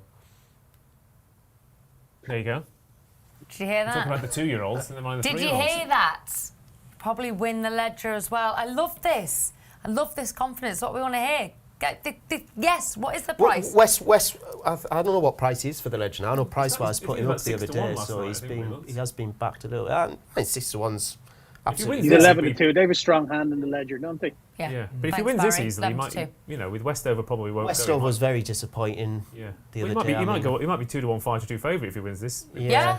That's what. Listen. You should back yourself. Yeah, exactly. You back yourself. No other beat will. And as we've said today already, Buick's car, he's flying along. So I think this is a proper Buick horse. This as well. And he rides Donny well. Yeah. His father-in-law, obviously ex-Clerk of the Course Rodders. Yeah. Great guy. He does though. He does ride Doncaster really well. West Wind Blows was very impressive at Hamilton last time, and that is a race that there's been some horses that have won, I think possibly even the Ledger. Three Group 1 winners, Subjectivist, Defoe and Postponed, all won Group 1s. Yeah, so it's got a history, that race, and he was very impressive. As soon as New London crossed the line at Newmarket, I just got the impression that is a proper horse. I think you've made that for me is the biggest point. He was notably strong at Newmarket in the closing stages, and that is typical of what we see with Charlie. I mean, he got slated for getting beat at Chester. He was big odds on them, but it was changing the guard that beat him. It's also Chester. I mean, Posey, your talk is Chester. And he had a problem by all accounts. The problem was he got beat. Well, yeah. Isn't it though? Chester is not every horse's track. No, it isn't. Of course it isn't. And I know Epsom isn't, but Chester is different. It's unique. I think it was just incredibly sharp, isn't it? And I mean, it was a very different ground as well, the soft ground that day at Chester as well. I mean, and Changing the Guard's not a bad horse either. And it was that was one of the low-key rides of the season on Changing the Guard. I thought if you watch that back, that is a lesson in how to pace a front-running ride at any track. Yeah. You can see Ryan Moore go through the gears gradually and just take them out of the comfort zone. You know the old thing about. He was on fire that week as well. Oh, he was God, riding it was the track ridiculous. Turf, Ryan Moore at Chester, that was just insane. And it was so. I don't think you can knock New London for that, can you? No, and he also his breeding. I know, obviously Dubai aside, but the German breeding on the dam side as well, New London. It's all very likeable, isn't it? Well, again, yeah, but they don't Well, they don't have they don't have anything. any badly bred They horses, do haven't they? put it to just some yak in the field, have they? Yeah, exactly. Yeah. That's not going to happen. It's absolutely not. I can see the love for New London. I really, really can. But that's exactly my notes. It's just the way that it finished at Newmarket. I thought it was very, very powerful. And of course, West Wind blows 3 from 4 is hugely appealing. Epsom in the Derby, it was Desert Crown, Huyamal, fascinating. That really cheap purchase price of that 1.2 million, just that little tiny drop in the ocean of 1.2 million. And the tongue strap reach for today as well, I think. Yeah, as in, I don't know, you'd imagine there's going to be a few long faces if this runs badly. I mean, I don't know. I mean, I always thought as well, Territories was like I thought they like cutting the ground as well. With this horse going to Australia as well, I thought someone said that to me a while ago, but... Some stats. You keep talking. Yeah, I'd like come some on, stats, you keep talking. But I mean, And then Ross Huyamal, does this. obviously, he ran a huge race in the Derby, didn't he? I mean, he'd have likely been third, bar for Westover's interference issues, but I mean, it's just a obscene amount of money, isn't it? Oh, to it's be honest, eye-watering. Goodbye, Chateau. You talk about eye-watering money. Someone reminded us on Twitter yesterday that the owners of Mum's Tipple turned down 3 million when he was a 2-year-old. I know, it just makes you feel They sick. take it now or not? Just you wait though till it wins a Wokingham. What do you get for that? Oh, it's not far off 3 million. Yeah, I think. Yeah. If you have, it depends on what price it goes off and how much you have on it. I mean, oh my God, £3 million. Just sat in a dark But room right wouldn't now, it be questioning you. a truly glorious Goodwood for George Bowie, who obviously Oscula was very, very good. We saw him in interview afterwards, and we've said he defies Ross's idea that it takes trainers like 10 years to sort of bed in. I kind of agree with you as well, to really get into the groove of things. He kind of defies a lot of what we were saying, and he's he's not an up-and-coming, he's an young trainer. He's already there. 2 years. Yeah. 2 years. I mean, while everyone else has been struggling with a pandemic, George Bowie's turned George up Bowie's just been, but like we did say, still you 6 say that years though. assistant to Hugo. My wife's brothers are mates with him from school, and I think he was touch and go with his business when the pandemic happened, if you know what I mean, because of he was a small trainer starting out, and like you say, Hugo Palmer's assistant, but he doesn't come from a background that has supported him in his venture, so. He toughed that out, and Yeah. I mean, it's insane, but isn't it? that's what I mean. But when everyone goes to I think the pandemic, there was a moment where he was like, "Am I going to be able to carry on pursuing my dream?" Because of the worst strain. possible Yeah, time, exactly. It was yeah. just as he was kicking off, and now he's a classic winning Royal Ascot, Glorious Goodwood winning trainer, and it's I mean, George Bowie's the man, isn't he? You know? So But it's a nice point, because I'm not putting words into his mouth. I don't know how mentally he felt, but do you think I can't make analogies I can to Richard Branson, Alan Sugar. What I'm trying to get at is that for him, without the backup, it's going to be okay no matter what, and if it was literally I've got to make this or not during the pandemic, he has shown proper grit, and he's kind of gone, I have to. Well, as a young trainer, unless you come from a background where you're financially supported, you've got to go and rent a big yard. And for an operation of his size, it was going, even to rent a 40-box yard in Newmarket is a heck of a lot of money you need to find every month just to pay for where you're going to keep your horses and live. And then, if all of a sudden your amount of horse in stables is cut by half because people understandably don't want to be paying training fees when there's not going to be any racing going on, then that's significant everyday real life pressure, if you know what I mean, on a huge scale. So he managed to weather that out, and I mean he's a brilliant young trainer, and like you say, he can plot one out as well. He's actually, I mean, in the past 2 years though, he's had more runners on the track than Charlie Appleby. Really? Numerically, yeah. I was just looking at that. I mean, Charlie Appleby has run 829 horses in the past 2 years. George Bowie's run 942. Not individual horses, but runners on No, so I know what you meant. He doesn't spare them if they like it. I mean, a schooler the other day. I mean, he just says she loves to go racing, so why not? Yeah, and Oscula's a perfect example. And it's being go home. it's being rewarded, isn't it? I mean, Bill, I'm on to mesh. Yeah, took two black type wins and a narrowly beaten second in about the last 3 weeks or so. Yeah. Yeah. No, it's wonderful to hear. I really admire that. A lot of grit, a lot of dedication. That is fantastic. We are only 1 minute away. Just the territories, by the way, the Yes. Who You Mal stat on good ground. Have I got that wrong or not? No, you got it spot on. 11% strike rate on good or good to firm, 17% on good to soft, 70% on soft, and then 25 on heavy. Yeah. So yeah, You didn't get anything wrong, Poste. You don't do wrong. Plenty wrong. Just like our very own Barry Orr doesn't ever get it wrong, do you, Barry? Should we have a quick... we've got one social actually from Anand Gurung, who actually got great thing on Amazon yesterday. Lovely to hear from you, Anand. I do love Dover Legend here, but dropping back in trip is a bit oof. I'm going for Grand Alliance each way, Ascot second, short-headed. Yeah, quick word on Grand Alliance. Danny Tuttup again riding brilliantly this season. Grand Alliance 14s. It ran a very eye-catching race, didn't it, at Ascot? Didn't look like it was going to run any sort of race, and it was only just beaten, was it, by changing the guards? Yeah. Short head or Short head, something like that. yeah. I mean, Chopped it away. Yeah. So we're not going to put Anand off. Right, Barry, let's have a quick market check because we're getting excited. We are on time, I think. Nearly. Oh, Yeah, 10 minutes 2:40. away. Darn it. Darn it, Barry. I've got the timings wrong. 242 New London. West Wind Blows is 5-2. 7-2 Hugh Lamal. Grand Alliance a little bit of support, 13.5, and it's 18 bar. Thank you. Good update. There you go.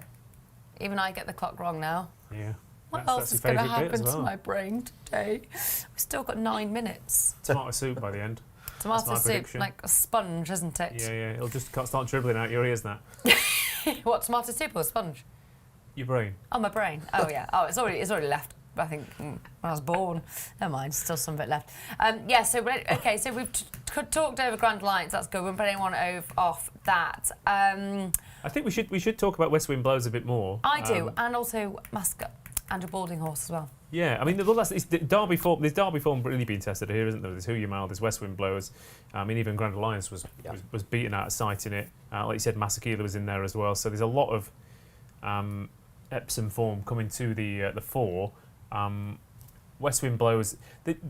This horse is really, really interesting because the worry for me is the track, because he's a very fresh goer. He's a keen horse, and as we've seen at Goodwood, you can get a bit carried away, turn into the home straight, and get swallowed up. But they took the hood off last time out at Hamilton, and it seemed to help him a little bit.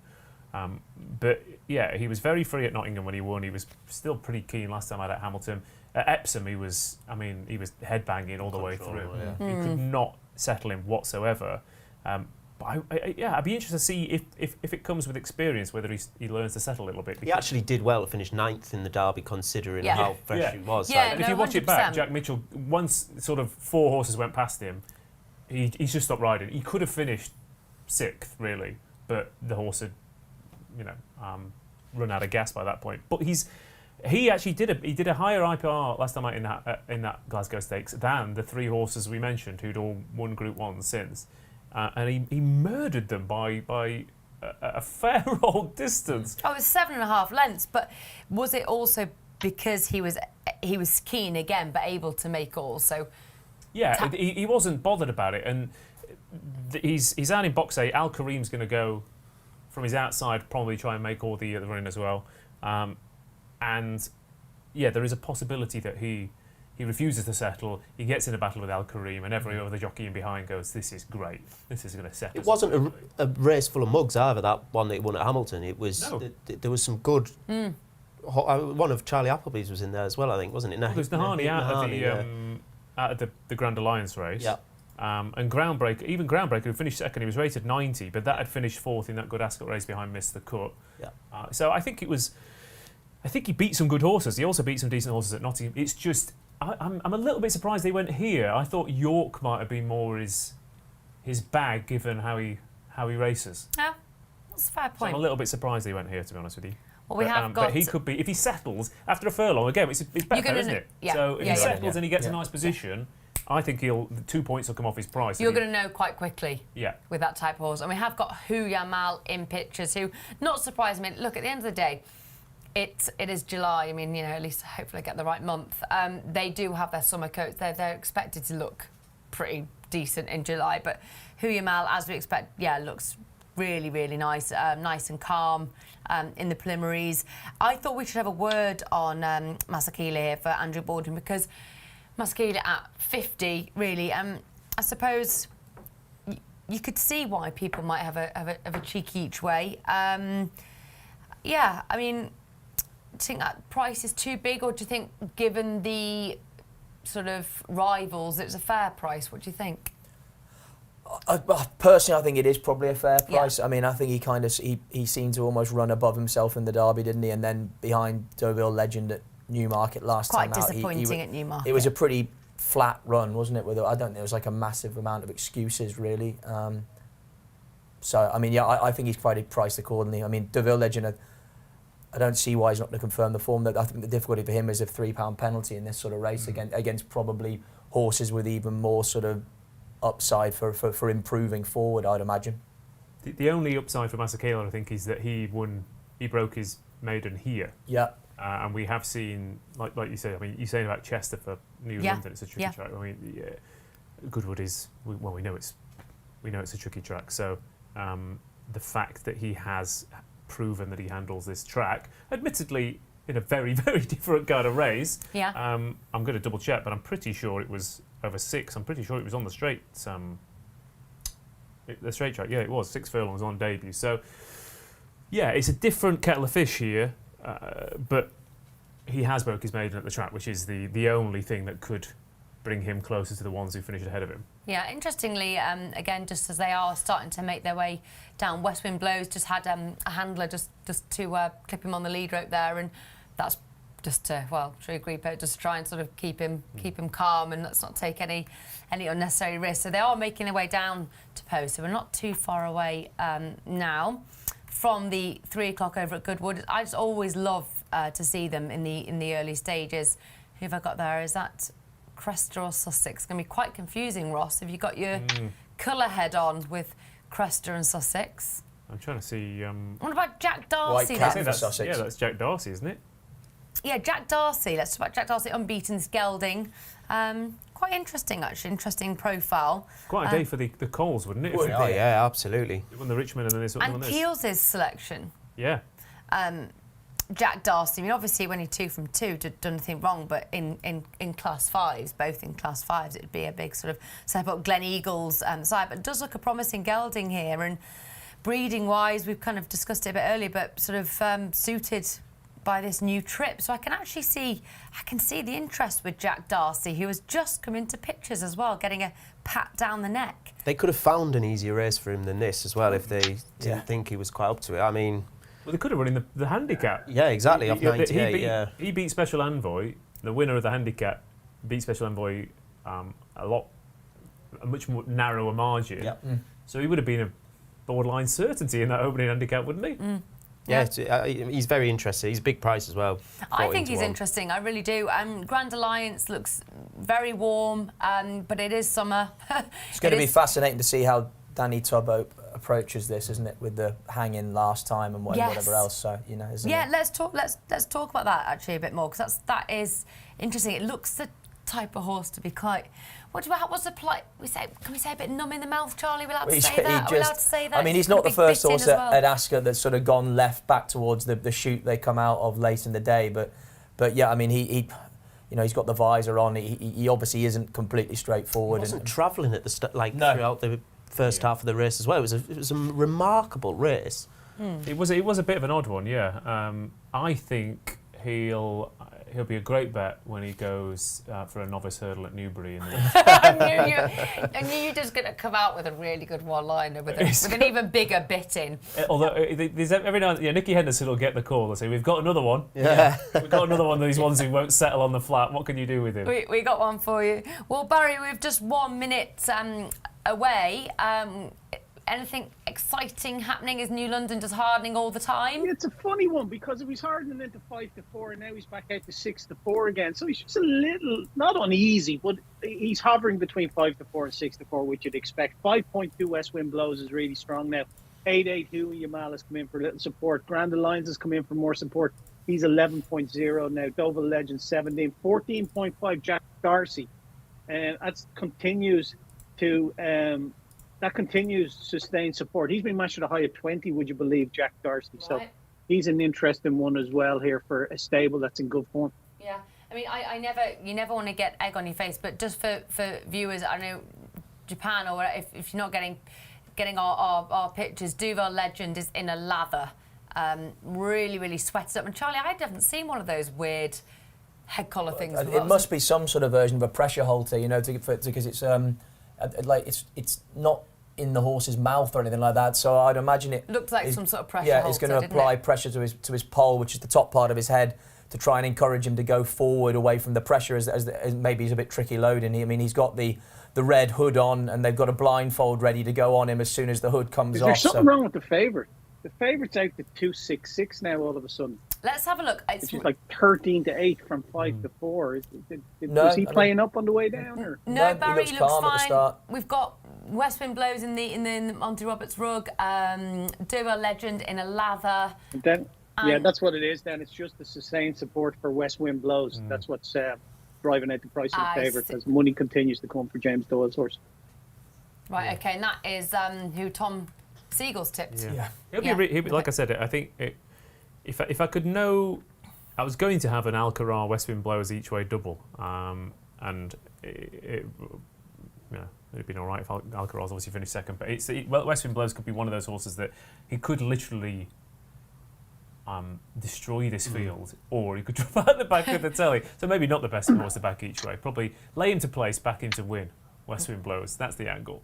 With regard to getting the very warm as well, the only thing to bear in mind, because Who Ya Ma's got a bit warm as well, but they both had worn a hood to canter down. Yeah. And there's no doubt that exasperates one that's prone to sweating, if you know what I mean. Like no different to us having a woolly hat on, and you know, in on a warm day, you know. That's exactly right. Exactly the same. Yeah, no, it does. It does. And like you say, you can't put, maybe putting people off because a horse is sweating. So we can only say what we can see in pictures. And Grand Alliance, we've got Danny Tudhope in pictures, looks taking the blindfold off and looks pretty calm. Masakela also with the blindfold on. The loading process is underway. We can see New London 2.88 now, West Wind Blows 5.3, Who Ya Ma at 8 and 11 to 5 bars. So we've got 1, 2, 3, 4, 5 left to go in, and West Wind Blows with that rug on just took a step backwards before the stalls. Hopefully won't be too much of an issue, I don't imagine, but just having a little look. But we'll very shortly be underway. Yeah, fascinating contest this, the 3 o'clock. I want to hear loads of cheering. Parky, I want to hear loads of cheering. I want to hear have one in the frame to start cheering. Amen to that. Yeah. Results dependent. Results dependent. We want to hear cheering. So let's quickly get down the panel. Ross, your pick. West Wind Blows. Posty. New London. Parky. New London. Barry. Layer of favourite. Come on, let's go. They're in the starting stalls, ready for the off, for the 3 o'clock, and the flag's gone down and they've all broken okay. Horse number 5, Who Ya Ma, who was a little bit slowly away, but making good strides. In front is West Wind Blows, despite that slightly sweaty appearance. Masakela is prominent and actually pulling a little bit hard. Al Karem is where we thought that would be. And then I'm going to hand over to Ross because I'm tired now. Fair enough. West Wind Blows, is not settling. But to be fair, neither is anything really. West Wind Blows has now galloped into the lead under James Doyle. Al Karim is looking at him thinking, hang on a minute, mate, this is my job. Masakela's in second. The white cap of Sussex is down the inside. Jack Darcy's got the nice position. Paul Keeley will be pretty happy about where he sits. And behind those, we've got New London. New London's followed by Deauville Legend. Deauville Legend's got Who Ya Ma behind him. Grand Alliance is not enjoying life. To his old tricks, I think. You said about Grand Alliance, about the novice hurdle at Newbury. They are strung out like this is a novice hurdle at Newbury. Like, it's quite bizarre the way that, there must be, 15, 20 lengths first to last here? Yeah, that is... They are strung out like the washing. Barry, or is that reflecting the market? What is happening? He steadied it up now. The favourite's went to 2 to 1. He's into 6 to 4 now. You know they're going too fast when Ryan Moore's sitting that far off the pace on Who Ya Ma. With the favourite strong at 6 to 4, 6-8, the one in front, 6.8. West Wind Blows, Who Ya Ma 8, 12 Grand Alliance, another one that's being held up off the pace. But favourite strong all the time. I mean, if West Wind Blows wins this race from here, I mean, he has slowed it down. Those sectionals have dropped through the floor. Yeah, they have, yeah. So James Doyle is getting a breather in here. So what are your hopes, Parky? Come on, give us your best. Yeah, I ever mean, look, commentary. I think New London, he's probably where I'd want him to be. And, yeah, I think his big danger, it looked like he kind of blown the start, but he's going all right. Here comes New London now. New London's got surely he's got this race. Yeah, I mean, if he is going to be a ledger horse, he's going to. Yeah, here comes Who You Mal though. West Wind Blows still in front. New London down the outside. Who You Mal down the inside. Jack Darcy, Dover Legend. West Wind Blows has blown the lot. New London has got the perfect. Come on, New London. Ryan Moore dropped his stick on Who You Mal. Who You Mal. Who You Mal, yeah, Lost his stick. Does not have a whip. Yeah, and that's going to help New London. Ryan That's for Moore is sure. whipless. Come on, New London. Come on with him. Come on, New Come on with London. him. Come on, New Billy London. Buick riding Glorious Goodwood. Come on, New London. Go on. New London's won comfortably. Come New on. London has won very comfortably indeed. Going to be tight for second. Dover Legend just gets that. Who You Mal. Jack Darcy back in fourth. And there you go. New London given the perfect Billy Buick round track Glorious Goodwood ride. Easy, isn't it? Absolute easy, Barry. It's easy. When did they know? Early-ish? The runner-up traded at 3. He's on. Ryan Moore dropped his whip. Yeah. He wasn't runner-up, actually. Runner-up because the top horse, Double Legend, is runner-up. But, he's won it convincingly, really, for my money. Again, William Buick up on the outside, giving the outside to nobody. And he's ran out a convincing winner, I suppose, albeit Hugh Yamal put it up to him for a couple of strides. But I don't know. I'm not sure about the constitution of the second, how much heart. I know Ryan Moore dropped his whip, but how much of a heart he has for a fight. I'm not sure I'd like to have been after paying, 1.2 million for him. What happened there, Barry? Did you go on a roller coaster for a minute? Woo. I just kicked the tripod. Go on, you give it a good kick. Hugh Yamal then in third. How much has that paid in third? 3 from 11 to 2 for the Ledger, the winner. Yeah. 3 from 11 to 2. Have you backed him? Who? New London? New London. Yeah, I have, yeah. Good on you. Yeah. 21.5 grand back for Who You Mal. Thank you. So £21,500 Well, back. 21,520 if we're going to be. Oh, squeaky Yeah. bottom. Yeah. 520 quid's going to be key. Yeah, I mean, I think it would actually. Yeah. And the snacks on the flight. Yeah, I mean, it probably doesn't. It would even. It probably doesn't only just about pays for his flight back to Australia. Yeah. Well, not. Yeah, no chance. No No chance. Maybe for What, 21,000? He'd get there for that. I thought you said surely. the final No, sorry, no. He's not going EasyJet. I was going to say, it depends how much. Excuse me, sir, you've only booked 20 kilograms of luggage. Yeah. I thought you meant the horse. Dover Legend, again, one of those things, got into a big sweat, but ran really well. And with the £3 penalty as well, he probably has ran a decent Ledger trial, in all honesty. A seriously good race. And when it's the Ledger, it could be pouring down with rain and could be less sweaty. I thought it was a brilliant performance from Dover Legend. New London, you can kiss it. I can kiss it. You can kiss I it. don't know, how many people have kissed I this? knew you were going to say that. Yeah, COVID age, we'll not been leave Probably that. not for the best. Probably not for the You best. can pretend to kiss it. Yeah, wow. He died doing what he loved.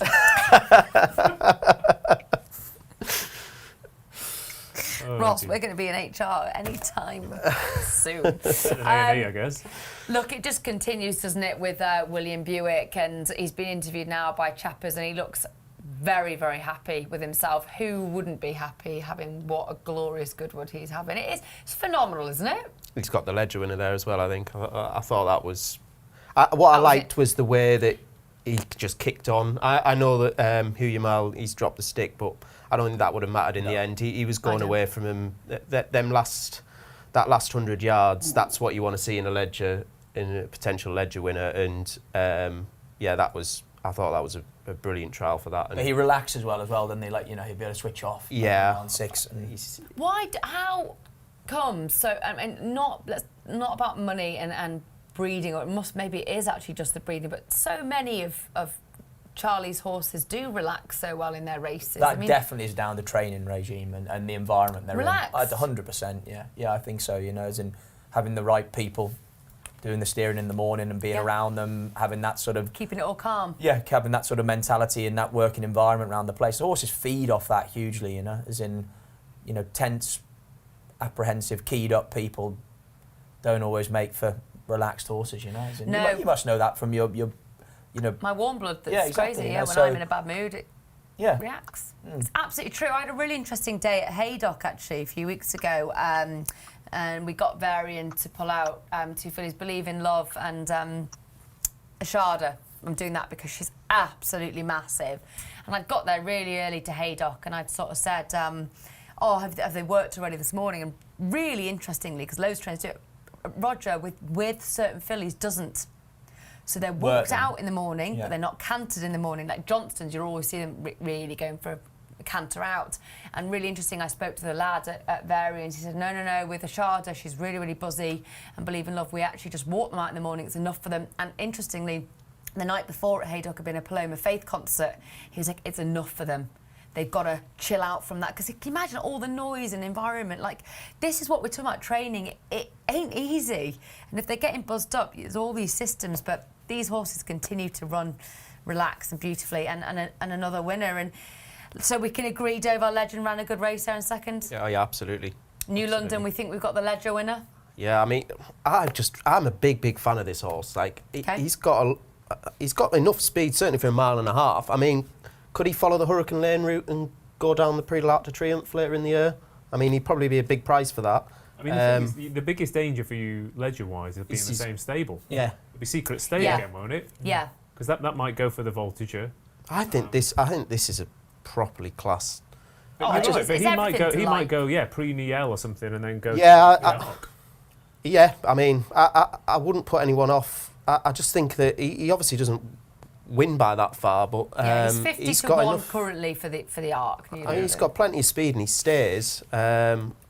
Like, I know he didn't perform at Chester, but I don't know if soft ground will be a hindrance to him either, the way he kind of runs. Like, I think he's all class. I think you're allowed to ignore Chester on the jumps. You're allowed to ignore Cartmel. Yeah, I mean, Hurricane Lane at this stage in his career had a lot better form than New London. Even that race, I mean, I know Hu Yamal is in there, but the rest are not even rated over 110. So he's still got to improve. But look, he had a little bit of a setback earlier in the year. He's coming back now. I mean, he was one of the Derby favourites before. He certainly was. Before he was out of it. So a one-time Derby hope. Yeah, and I thought it was impressive though as well. He was almost got there too soon. Like he kind of came marginally off it, and William Buick got down and just squeezed him into the bridle, and all of a sudden within 10 strides he was nearly taking it up. And I can't imagine that was his game plan to take it up that far out. You know, but like I say, the horse almost tricked him into racing behind the bridle, and he went to give him a squeeze, and before you know it, he's picking up, going through the gears, and like he got there readily, didn't he? And I don't think he was doing a whole heap in front. As in, I think he was value for. I mean, it was your length and a half winner, I think. When he drew alongside Hu Yamal, he kicked on. Sink for Anatomy. He wasn't not for 1 second. He wasn't all out. He was just sort of cruising to the line, really, wasn't he? It was like he was again moving through those gears nicely. Rossi. Yeah, I mean, they've got Rebels Romance tomorrow in the mile and a half group race there as well, so it could well be that every race they enter a horse in this week they pretty much win. They're going to win. But yeah, I think Arc is a bit. I can't remember the last. If I look at the last time a horse won a handicap in the same season, it won the Arc. It's a fair old task, but like you said, they're not handicappers.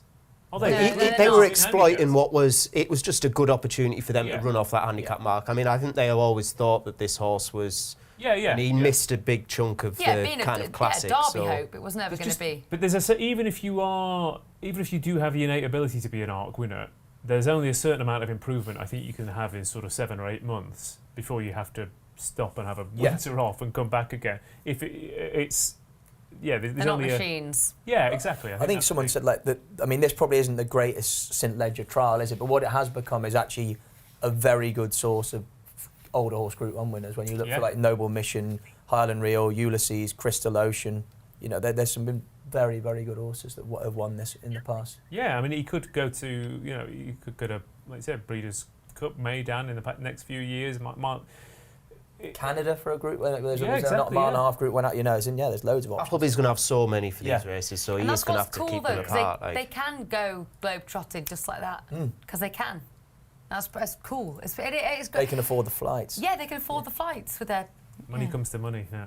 I know. But we like to see a bit of these globetrotters, don't we? It keeps it all fun and games. Well, excitingly, we're almost, still ages away, but the next race we're looking at is the big one. I'm very excited about this. I don't feel like you're showing my excitement. Why do you look like you're not showing my excitement for the Nassau Stakes? Why? You all just look like, what is she on about now? It's quite exciting. Look, marriage made in heaven, Nashwa, Hollie Doyle, Nashwa, but she's married to Tom Marquand. Her home husband is possibly the main danger with Lilac Road. I mean, what happens in that scenario when you go home at night and lie in bed together and be like, yeah, you don't talk to me. I'll see it. I'd go to You get a 2-day ban is what happens. You get a from the 2-day bedroom. ban. But yeah, from the bedroom. Right, yeah. we're in separate bedrooms for 2 days. You beat me. You're telling your spouse to... I wouldn't like to compete against my husband. Well, we're not. I don't think we really compete against, really. Maybe table tennis or Yeah, you have... pool. Yeah, I mean, we play. I imagine it's very similar to when I beat my partner at Scrabble. Yeah. Yeah, very similar. Similar level of competitiveness. Yeah. Similar level of international newsworthiness, I think. Yeah. And definitely a similar level of frustration if it happens on my partner's part. She'd be... Who is the better Scrabble I mean, player? I mean, the statistics say me, but that depends who you talk to. Right, But well, I imagine it's very similar, very similar. What We're a both Group load- 1 performers at the Scrabble board. what a load of Scrabble. The Nassau Stakes, a very exciting race. So I want to hear from Barry Orr where the money is, where Barry's going, and the bets. Yeah, so Nashwa's 2.38. She got a little bit uneasy, has to be said. She was 4 to 5, 1.80, and she went all the way out to 6 to 4, but little support coming in for her now. 7.8 Dream Loper. Yeah, I'd say you can put a run through her, or a line through her last run. The ground just went against her in the Curragh, but her Group 1 win before that in France was a nice run. Lilac Road has been well supported, 8.4. Same price for Concert Hall. She's the big springer in the market. Has been 16 on the sports book.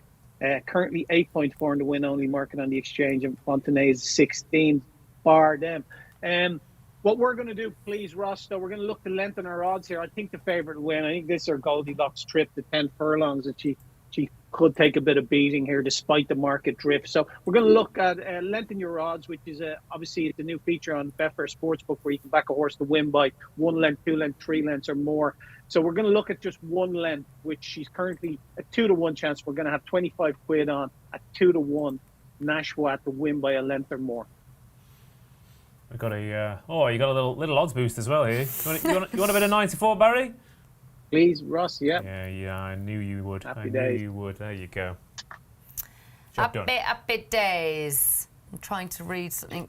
I always try and read things that Paul Keeley's posting. It's always fascinating. We like a happy Keels, don't we? Like to see how he's doing. How is his tips bets going? I can't scroll quick enough actually to have a look. no. Get the paper out. Let's Today, have a I'm look. not sure. Well, Jack Darcy, not so good.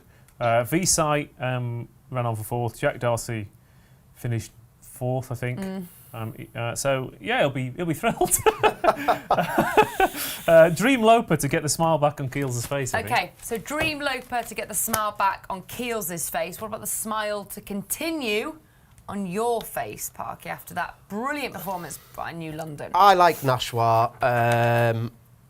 Price is a little bit skinny, but this, as Barry pointed out, this is definitely her trip. She's getting the weight for age allowance. I just think she's going to be really hard to beat. Interesting one about Dream Loper. Backing up what Barry said, Ed Walker's our columnist in the Weekender, and he said exactly what Barry said. The ground went completely against her last time. They even considered pulling her out. It was that bad. So put a line through that run and through the French Group 1 that she won. I mean, that puts a bang there. I just suspect that Nashwa's got a touch of class on these here. I thought she was over this kind of trip. She's probably the most talented horse that ran in the Oaks. I know the first two have not really franked the form since, but I think that Nashwa, she travelled all over in the Oaks and she just didn't quite get home. I think if the Oaks had run over 1 mile 2, she'd have won it. So she obviously proved that in France. I think there's a lot to like. Nice drift as well. I mean, I didn't think you'd get odds against about her, and I think she's a fair bet. Interesting money for Concert Hall. Like, she just didn't look like this was her kind of trip, really. But I thought she'd be stepping up, if anything. But interesting that the money's come for her. I mean, I don't know if she's been doing something different at home or what, but I don't know. Nashwa seems... Concert Hall, I kind of fancied her. If she was going to beat Nashwa, it would have been in the Oaks, and she didn't beat her, so I don't see how she can beat her over this trip. Yeah, I mean, it's very hard to get away from that Prix de Diane performance by Nashwa because it was absolutely emphatic, wasn't it? It was such... But it was everything as well, wasn't it, for Hollie and all the box that she ticked, the French classic, the first female, blah, blah, blah. But we don't, you know, she's not a female jockey, she's a jockey, and she's absolutely brilliant one at that. But she did break some of those sort of records, and it was awesome. And she said for her, it was literally the best day she's had in the saddle. I think it's all about representation, isn't it, with these kind of things? If you know, it's the same thing with the Women's Euros the past few weeks.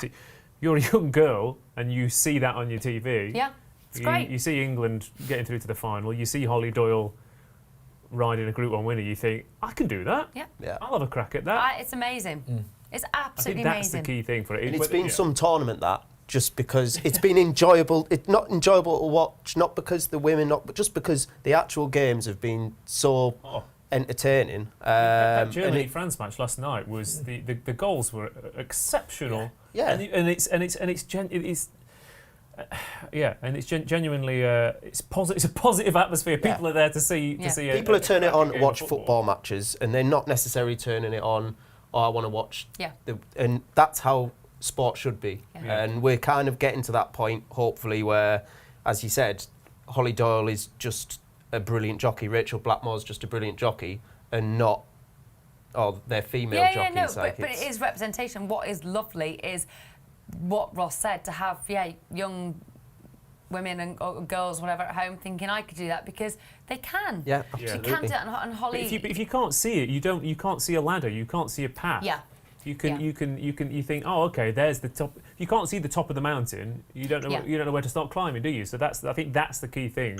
Especially, like, I know some people do get frustrated at about banging on about it, whatever. But until that representation increases. But there has to be a first person to do anything. Exactly. And it's like, so there's nothing wrong with that being champion. No one's trying to say that she isn't just a brilliant jockey across the board. We all know that. But if she's the first female rider to ride a classic winner, then surely that needs to be... We're in a unique position as well in racing where... Like, otherwise it's... And for people to hear her story, and for her being married to Tom, it is also... And I mean, they're absolute childhood sweethearts. The whole story's nice, but who cares anyway if some of it's daydreaming? It's lovely. Fairy tales are daydreaming, they're nice. So we like a happy ending. I mean, what's the other alternative? Talk about real life. Oh, I know. Boring real life. It's absolutely dreadful. Right, we do have a social from Nedster. Dettori for Johnny Murtagh. Got to be worth an each way bet. Very exciting, actually. Yeah, big fan of Johnny Murtagh. Well, yeah, let's talk about that. Let's talk about that as an each way bet. There's quite a bit of money. There's a lot of money for one for Bobby. Yeah. That's got to be the smasher, Barry, isn't it, in the market? One for Bobby. Yeah. Yeah, she's been matched at a high of around the 40s, Ross. There was small money around 40 in that, but 38 was 38 quid matched at 38. Currently trading now at 16. Her run last day in the Curragh behind Lily Pond was a decent enough run, but she bombed out the time before that in the listed race. Now, that was on good ground. Didn't seem to be any obvious excuse for her that day. She had won her two previous races. It's only her fifth run. She's very unexposed. They always keep a good filly, this family. And this is a daughter of Frankel. So, yeah, Frank Dunn, who's, by all intents, Frank Dunn's the owner and also the breeder of this horse. And obviously seems well fancied. And the old team of Frankie Dettori and Johnny Murtagh. That'd be one for the books. Wouldn't it? Oh, my goodness. I get it. Best pals. Yeah. We talk about characters and good stories in racing, and God, Johnny Murtagh is a fine character. But no, it's definitely something to get excited about, and that's quite an interesting tip. So thank you very much. We always love our social corner. So one for Bobby then in those Very, that looks like a shirt you'd wear, that, Ross. They used to be say? Frank Dunn's colours now, but they're Miss A Marshalls. But they're very famous colours. They were carried to a Japanese Cup win back in the day. Yeah, I could see Ross in that though, couldn't you, Barry? Yeah, it's not in. I think he had it on yesterday, didn't he? Yeah. Quite quiet in comparison, I think. Well, seeing as we've got the 9 and it's a massive Group 1, it's fillies and mares, Class 1 winner. I mean, God, crikey, the prize money is absolutely phenomenal. £600,000 total prize money with £340,260 to the winner. It's huge. Over the 1 mile too. Is it fair to have a little line on each of them? It doesn't need to be in huge amount of detail, but maybe we could go in order, number order. Ross, can we start with you? I just saw Aristia in pictures, actually. Yeah, I was gonna literally about to open up and see what she was, what extra place angles there are. There's 4 places. She's 4 to 1 to finish in the 4. Okay. She never. Her last 5 SPs are 14 to 1, 20 to 1, 25s, 22s, and 25s. And in that time, she's won a listed race on fast ground at York. She's finished 2nd in a Group 2 on fast ground at York. So if you just back her blind, and she'd be paying you way at the moment.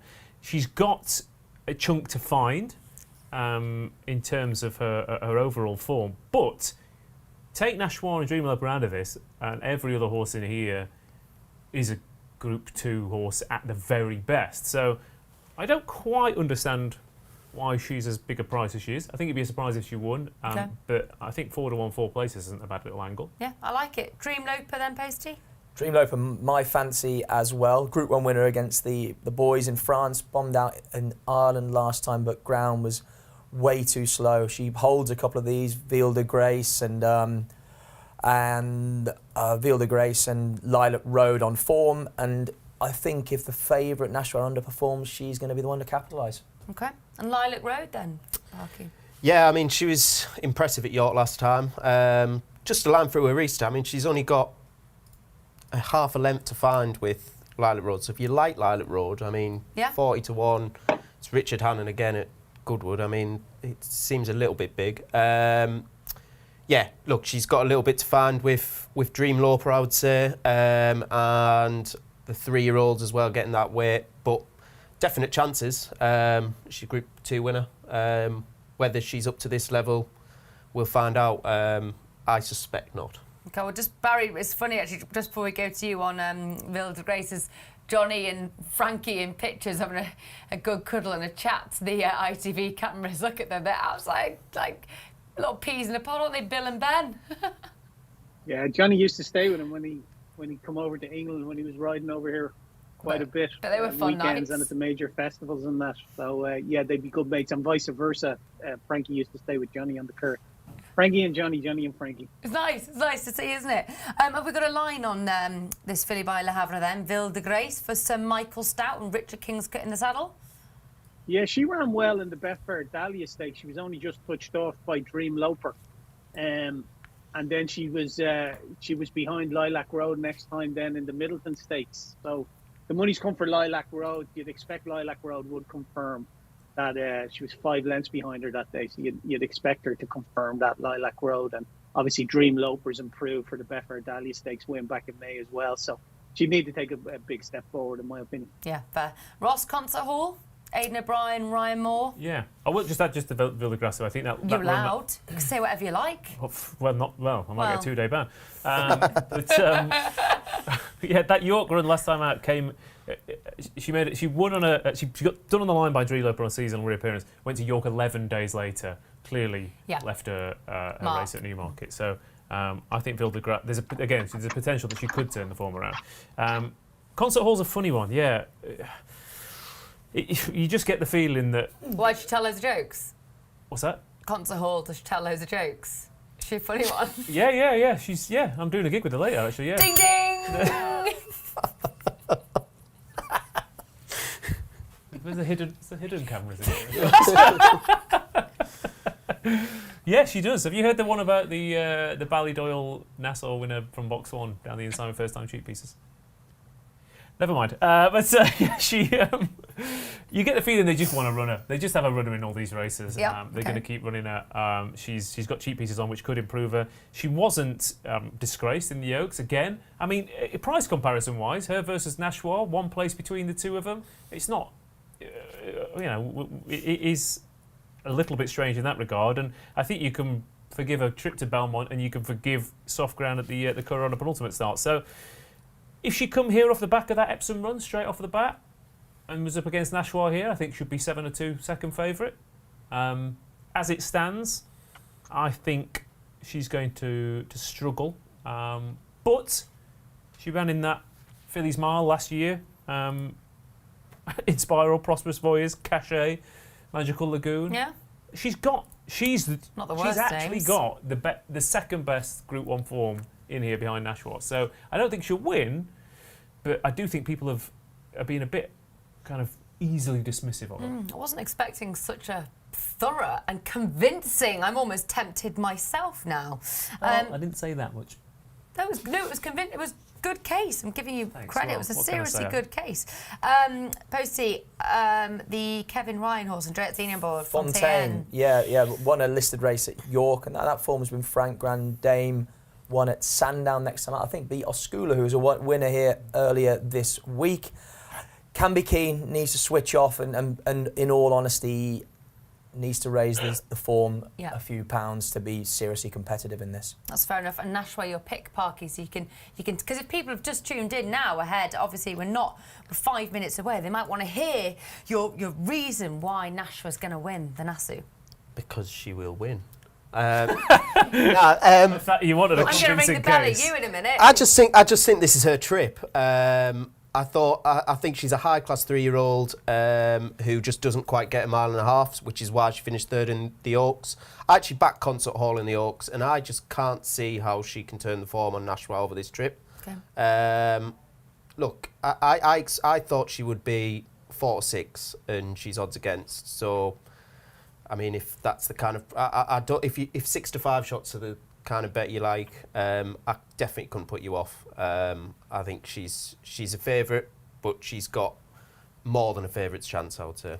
Okay, and Barry, I know we've touched upon One for Bobby and we've talked about Datori and Murta, but the money for One for Bobby?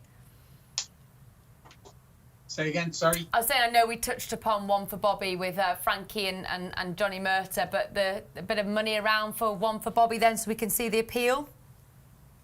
Yeah, 16.5. Yeah, you can see it, I suppose. And it's kind of, there's the Frankie factor there as well, obviously. And it's an Irish horse coming over, trained by Johnny Murtis. But I think on form, just that, obviously this is only her 5th run, like we said, but that run in Nace where she really disappointed, I just can't get that out of my head. But she put that behind her, and you'd allow fillies, obviously, they can be a bit temperamental. So maybe I'm being a bit harsh on her, but I think there's better fillies in here. Yeah, no, it's fair enough. Well, we do have this poll thing, who wins the Nassau Stakes. I love these polls, they're so interesting. Nashwa's 47%, Dream Looper 28%, Other 17%, and Lilac Road 8%. So that's the percentage poll of betting there. Should we just, Barry, go through the betting one more time, because they are now wandering down to the post, all looking pretty relaxed, actually, these fillies, and we're not too far away. So have a look at the market. Yeah, 2.34 now, 11.8 Nashwa, 7.6 Dream Loper, Lilac Road on the slide out to 9.8, 10 now, 7.2 Concert Hall, continues to get her support. Concert Hall, that's significant. That was 20 Ross's Fontenay. justification. Yeah, I think she was overpriced. Yeah. Okay. So no surprise to see the market firm a little bit. So money for Concert Hall, Barry. Yeah, like I said, she was 16 to 1 when we first went up with this market. She's been back at around the 14 mark on the exchange, so she's half the price. And she's probably the best back horse in the race, really. Wow. If you take the favourite out of it, she's running more Group 1s than the rest of the field combined. She's running more, Yeah. and she's a 3-year-old. Yeah, exactly. So, Crazy. I mean, we're talking about that a lot of these horses are listed Group 3, Group 2 horses. Concert Hall so far looks disappointing, finishing 3rd and 4th in Group 1 races. So there is that to bear in mind for her. But this is like a thing that they do, isn't it? At times with one that they don't think is absolute. They run top their class. fillies. They don't just they? run them. They Yeah, just yeah. run They their hope they- fillies. and they They hope run they their drop legs them. off them. And if she wins a Group 1 along the way, Yeah. then for their breeding program, it's absolutely jackpot, isn't it? You know. Yeah. They hope she Yeah. just drops on one Yeah. and that's it. job Boom. done. I mean, there has to be a question about the classic generation at the moment, doesn't there? Like, as in Yeah. where they are. We'll find out probably Yeah. this race will give us some. Because if Nashwa bombs out in this, then yeah, you're the starting question to marks. Yeah. Yeah, I mean, she's but to talk about Paul Keeley, he's I think he said he was going to lay a win and lay a place as well. So he's really taken Nashwa on. Really? Yeah. 22 3-year-olds have run in this, by the way, that are rated as good or better than Nashwa. 8 of them have won. Fancy Blue, Winter, Minding, Midday. So some fairly decent horses. But she does set it's a pretty solid standard of 114. She's she's... It's Concert Hall's assistant of mine. Is that right? Have I got that right? Or? Yeah, I think she's from the same family, isn't she? Yeah. Is she, yeah. Yeah, well, we're... Out of Was. Is it Was? Yeah, it was Was. It was Was. It is Was. Well, it's not, again, it's always nice to see these fillies in pictures. It's funny, actually, Dream Loper, she looks a right fidgety filly. Again, that's nothing. It doesn't matter. It's not going to affect the way she races. I'm not saying that at all. But I sometimes like these fillies with a bit of sass, and she looks like she's got sass. They were tightening her girth, and she was kicking away like, get off me, don't you tighten my girth too tight. I quite like that, because that's what they're about. But we've been joking about it last couple of days with G-Rod, because he's got to sing at horse flies, but he's right, you can actually see them getting irritated when they're down at the start, because when the flies get around, especially the fillies, are all a bit sensitive, but they are just circling. I think we're yet to get loading underway, aren't we? We haven't got anything in yet, have we? They're trying. How will they ride Nashwa from the wide draw? Well, I mean, I wonder if V-Site has been... Be up with it, won't it? You'd think so, It'd be wouldn't it? prominent. Yeah, you'd have to. Yeah, I think it should be prominent, yeah. Because I think that V-Site ride earlier, Hollie Doyle's going to have in the back of the mind, okay, I've learned from that Yeah. a little bit on the round track. She was ridden quite prominently in the French Oaks as well, I think, wasn't she? She was... Whereas the problem is Well- that all the other jockeys are going to have to... They can't just look at William Buick and go, where's he sat? Yeah. Which is a problem. They really can't, can they? Yeah, no, it is interesting, but I think they're going to have to be quite prominent national, because she's quite sort of free racing type anyway. So what you wouldn't want to do is then get into a mess and change things up. And Hollie, who again, I mean, I know we've talked about her credentials, but what she's excellent at is a judge of pace. Yeah. She's absolutely excellent at judging a pace. She's got a wicked turn of foot, this filly, as well. Yeah. So, like, yeah, its tactics are going to be very interesting. I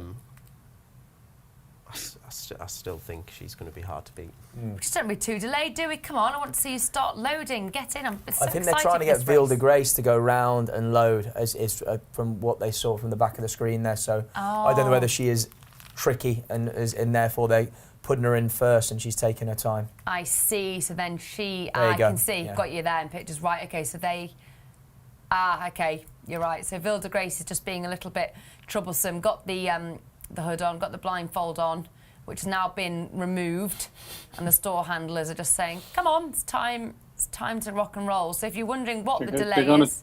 They're going to try to put her in without the jockey.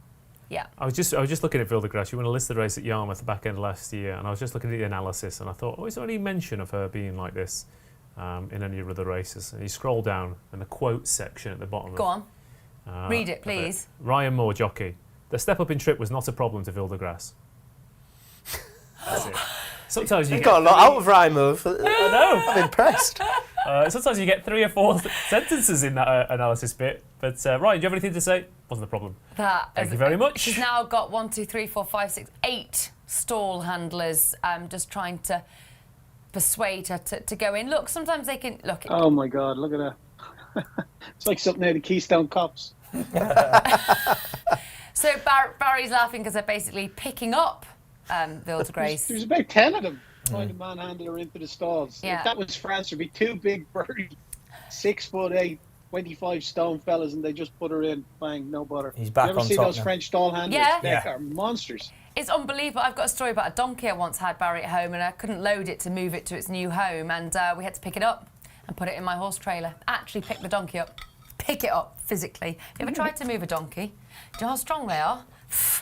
Well, How much time are they No, going to this filly will get withdrawn in a minute. yeah, I mean, and this is taking, you know, we're on 15:38. I'd imagine she'll have to have a stalls test before she can run again because So Wilder Grace, the Tried blindfold the hood on her now. is back on. Is there a time limit that you have to get them in, or is it just? I think it's sense? often at the discretion of the starter and, Yes. and where they feel that eventually enough's enough. I would imagine what will happen now, they'll load all the others up Try and get her she'll in. have one last chance to walk forward. She'll have to do it pretty briskly otherwise. And is there a particular going without order it. that they have to follow on the? They're loading supposed to process? load up from so 1, 3, 5, and then the evens. But Yeah. certain horses will have, because of the way they Tickets. behave in the stalls, a dispensation to go in later or with blindfolds on or whatever.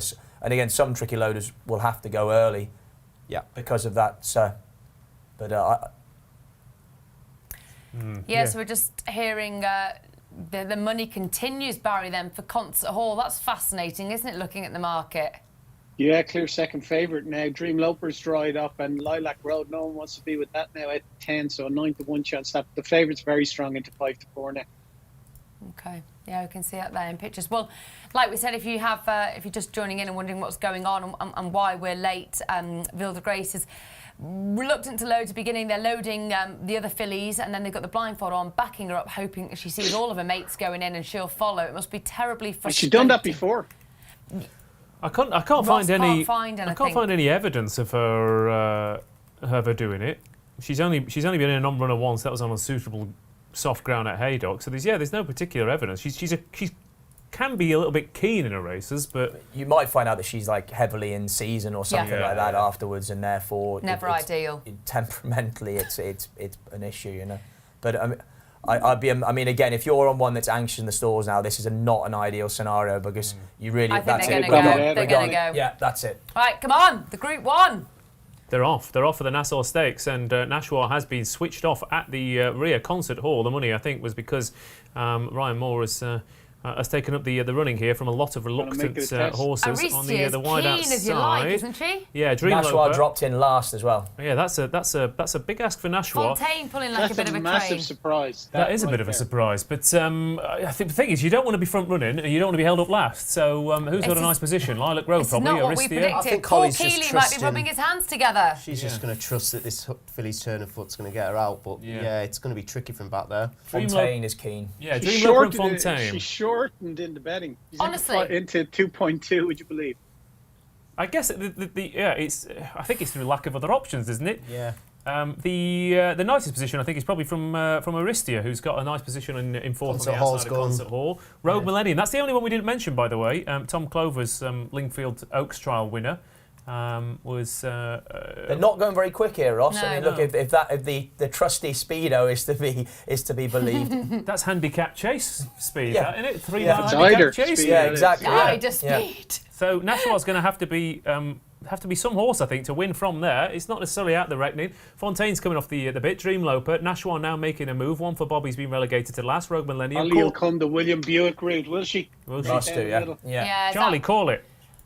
Dream Loper, I mean, at the She's moment into has them even stacked monies up. now. Even Hollie Doyle's monies now. pulled out, starting to Go go on, through the Nashwa. gears on 6-4 Nashwa. Dream Loper's gone for it though, Nashwa. kicked on Fontaine. Go on, Nashwa. And Come on, coming out of it. Nashwa. Come on, I Hollie. would do Hollie that, Doyle's Hollie. looking confident. Come on, let's get Fontaine's excited. struggling a little bit. Aristia might get into the fourth place. Nashwa's trying to go through with her effort down the wide outside. Fontaine's still there. She's got Dream plenty of Loper's time. battling away. But Nashwa looks to have this race wrapped up, doesn't she? Come on, Kieran. Come on, Kieran. Come Dream on. Loper. But it's Nashwa who's come from last to first under Hollie Doyle. Aristia might well get second. Lilac Road is running on. But Look Tom at Park this. is counting his cash as Nashwa wins easily. Another favourite goes in, beats Aristia into second place. Lilac Road back in third. Tom Park, kiss that cup. Yeah. Just hold it up. You don't have to kiss it, but you need Okay, to I'll hold hold it up. I'll hold it up. I won the very first Gold Cup. Did you? Yeah. Whatever. What is it? The Gold Cup? I don't know. Well, It's gold and it's a Gold, cup, yeah. so we'll have it. She's, so that was Barry, that confident ride, that all wasn't it? the Yeah. way, they never lost hope, and it wasn't where we thought Nashwa was going to be out the stalls there, and we were all a little bit surprised tactics-wise, but the market knew the market was right, and they never really lost the faith. They knew. Nat, you're right. When did they know? They knew from when Hollie knew. pulled her out. When Hollie pulled her out and she went down that golden line that Billy Buick told her to take, just for a couple of strides, straight above evens when it looked like was it Aristia? Yeah. Looked like was coming to challenge, but Yeah, it was soon 25-1 on them within the last half furlong, and it was all over at that stage. Just waiting for a quote for her, where they go with her next. It'll be interesting to see her. Obviously, their options are a bit limited with her. That's her trip. That 10 furlongs is ideal for her. Yeah. I don't think they'll be stepping her up to a mile and a half, but she'd bet for SB at 2.33. Okay, no, that's absolutely fascinating. Now, just for our viewers, Barry Orr does need to.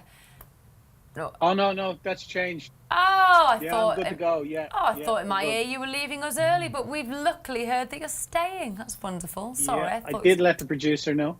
Oh, he did try and tell me, but I'm Mutt and Jeff, so didn't quite get it. Sorry. I just heard Barry and went, bye, Barry. No, it's great. Good. Okay, we're staying. So, yeah, okay, well, that was, I pretty... think we might struggle with. I think the is it the Prix de l'Opera Arc weekend. I mean, that's a I was hell going of to a say long way away. the Jean Romanet, the Prix Jean Romanet, which is 10 furlongs, isn't it? Group 1 over in France. So that's back end of August, I think. That'd be nice. She's 8 from 12 for the Irish Champion Stake. 10 furlongs, Leopardstown. That'd be ideal for her, I'd say. Right. And that's the option, isn't it? Take on the Colts, yeah. Yeah, that's certainly a possibility. I mean, could she do a minding and drop back in trip to a mile? She's got loads of speed. Like, just thinking Baid stepping up in trip, you've got a division there that could be winnable. I'm thinking more like QE2. I don't know. Yeah, Just- but that Are you gonna Leopardstown wa- race now, but I've just got that up. That does look... That looks quite a good race for her, doesn't it? I think the Irish Champion Stakes would be the ideal stepping point. It's just after that whether you'd want to be taking on Baid. I don't know. What's the Baid, he's not going to be in the Irish Champion No, Stakes. I'm thinking in the Champion Stakes. So after the Irish Champion Stakes. the Daney will Well, you be. could. The time allows for it, Tom, because the Irish Champion Stakes is like early September.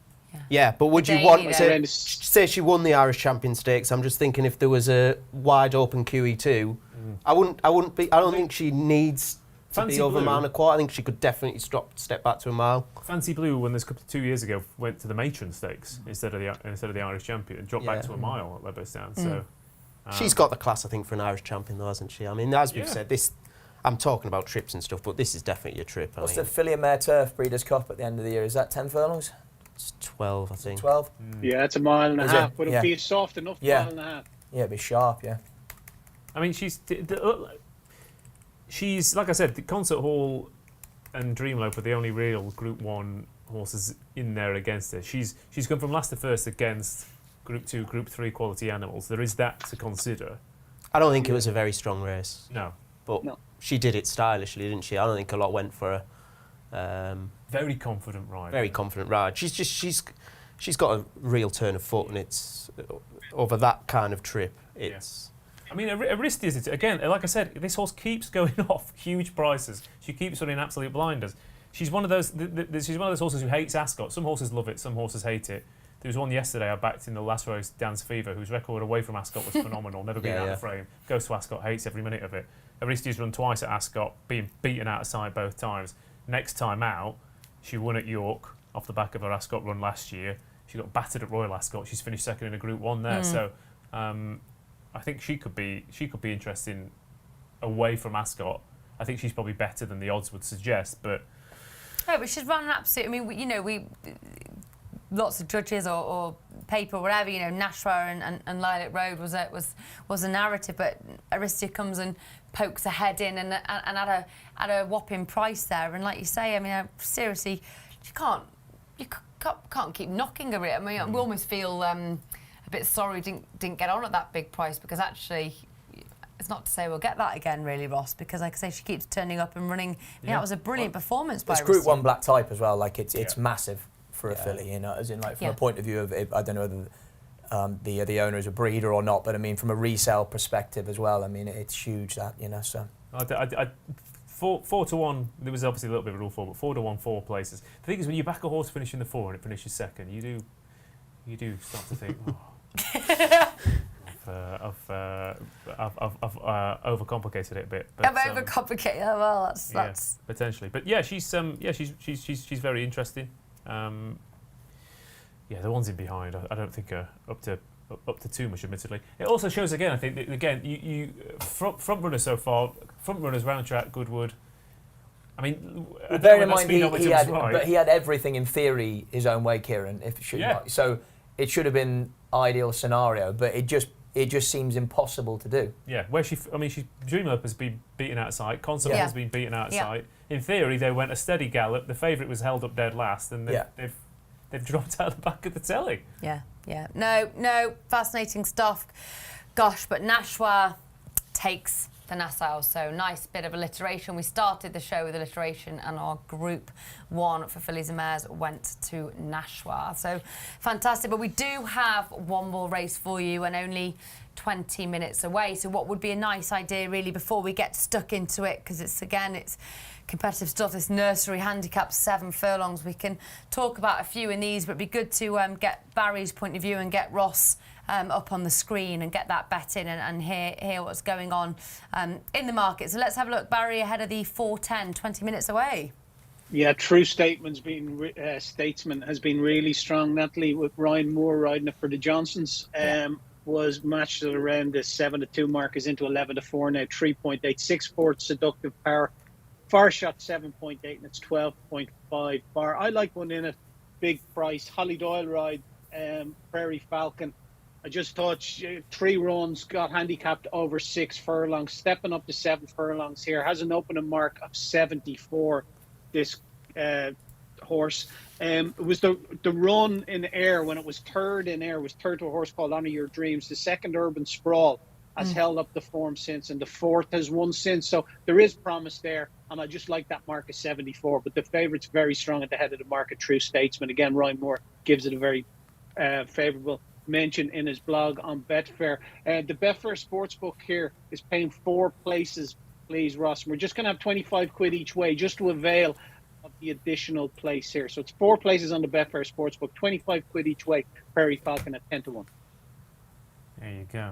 Following the Hollie Look Doyle. at that And an magic. important non-runner here as well, guys. Sunningdale is out here. That was a horse that there was money for earlier on today, but non-runner it was a 7-1 chance. Yeah, Sunningdale, Paul, Oliver Cole, Ross Ryan, that is a non-runner. There we go. Okay, yeah, interesting stuff. Nice to see that. Well done, keyboard Warrior. whacking, Rossi. Sterling work, yeah. Yeah, thanks, Sterling guys. work. It's a tough job. Someone's It's a got tough to do job. it. He's got to do that. Yeah. He's got to start the commentary. True Statesman, yeah, I mean, they've got a really good record as well in this race, haven't they? The team Johnsons. Always got to try and get it the right way round. Charlie and Mark, Thady and John. Sometimes I get... John and Thady. See what I mean? See what I mean? Yeah. See, my point has been proven. Why can't it just be a science so at least people like me can follow it? Is it not alphabetical? I think that's what it Yeah. comes down to. So there is a science. No? There is a science, but one that I just foxes me every time I be there going, C, D, yeah, no, it's good. It's good though, isn't it? It's good. It's good for the sports. I like it, but I've just got to get the right way around. Do you like the joy trainer thing? Yeah. Do you? You're not sure? Not sure. Make your mind up. Yeah. That's. Yeah, but it's like a lovely traditional British. I can't quite let go. So we're just going to both be on it, but I'm the dad and I'm going to hand over to the son. It's like a formal, it's like a passing formal of the guard, passing isn't it? of Yeah. the guard, because the only really one, obviously, that not family is Chris Muir, Christy Grassick, yeah, and yeah. William Muir, but the rest is father to son. So it's like, you can have half of it, son, but you ain't having all of it yet until I say. Until I say my name's coming off, Until I'm under the ground. then staying on. Our name still won't do it. Lad. Do you think it's a bit Which of is, that? yeah. Yeah, Quite I let think go. Definitely an element of that. Yeah, I think so. You can get involved, but not too. They like this, these Involved. trainers, don't they? They like I all love them, it. ooh. Just remember it is mine. Yeah. Yeah. Even Mick and David Eastby, just remember, it's all mine. I gave it to you, but you can have your name on the sheet. Yeah. Yeah. Okay, see where you're coming from. You've swayed me. No, I don't mind it. Yeah, I don't mind it. I don't have a hugely strong opinion about it. I'm trying to imagine a world where I go to business with my dad. I'm trying to imagine me and my dad going, yep, right, every day, working together. What's your dad called? David. So David and Ross Brierley. Yeah, that'd be us. It's Dan, he says he'd I'd watch the that show. sitcom, yeah. We'd watch a sitcom. Hey, maybe Yeah. this could be a new thing. It could be, yeah. I think my mum Scrabble, watches. David? My mum tunes. She mainly tunes in to see whether I've had my hair cut and what shirt I'm wearing. But my dad's not so bothered. My mum and dad wouldn't even know how to log in to watch this show, bless them. Yeah. They really are very Analog. technology. The analog. Very. Yeah. Well, my mum's nifty at texting. My dad just writes like, love you, Texting. have good holiday, love you. Sweet though. He always just loves me. My so it's dad's nice. very much one-word answers. Yeah. Okay. My mum and dad, they become like recluses. They don't really, you know, we're 4 brothers and we get very minimal phone time. And normally what happens is once the other one is getting bored, they say, anyway, you better speak to your mum. Yeah. Yeah. And that means you've literally got 30 seconds before Yeah. it's like, doo. Yeah. So, That's it, we were talking. That's. Yeah. I think that's a very northern thing. it as well. must be, yeah. It's just kind of like, what do you want? What do you want? What do you want? I FaceTime my dad and he'll answer the one and go, what are you ringing for? You rang me yesterday. And I'm like, well, can I not have a chat like? I mean, we only talk about golf and racing and that's pretty much it. It is funny. My mum, she doesn't mean to, and she's very, beautiful older woman, but oh my God, on FaceTime, she doesn't understand, so she goes like this, so I just see straight up her nose. And she's got reasonably large nostrils, so she just does this, and I go, Mum, I can just see it with nostrils. She goes, oh, can you? And just does it even. I'm like, no, Mum. Mum, lift the phone up, Mum. Open another tab on YouTube, not you now, because you're presenting the show, but if you watch it at home and look for Bo Burnham, FaceTime with my mum. Okay. We'll watch that afterwards. Can we? It's pretty much this entire conversation is in that sketch. So yeah, Okay. just watch that. But yeah, I think it's very northern, isn't it? It's a very northern thing to be like, well, we've given birth to you, we've fed you, now get out. Get out. Crack on. What do you want? Why are you ringing me? Yeah. Anyway. What do you want, money?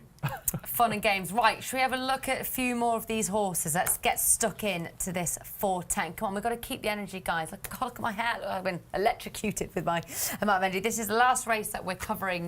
Get your mum on. Come on, get Mum. Barry to hang up. Get your mum on Mother, you can Skype. count me out. So we've got the non-runner number 9.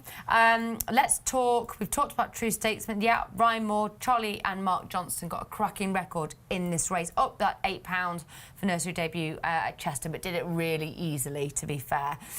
Seductive Power. Anyone keen on Seductive Power? Yeah. I just thought it was very impressive last time. Is this your pick? It wasn't going to be. Okay.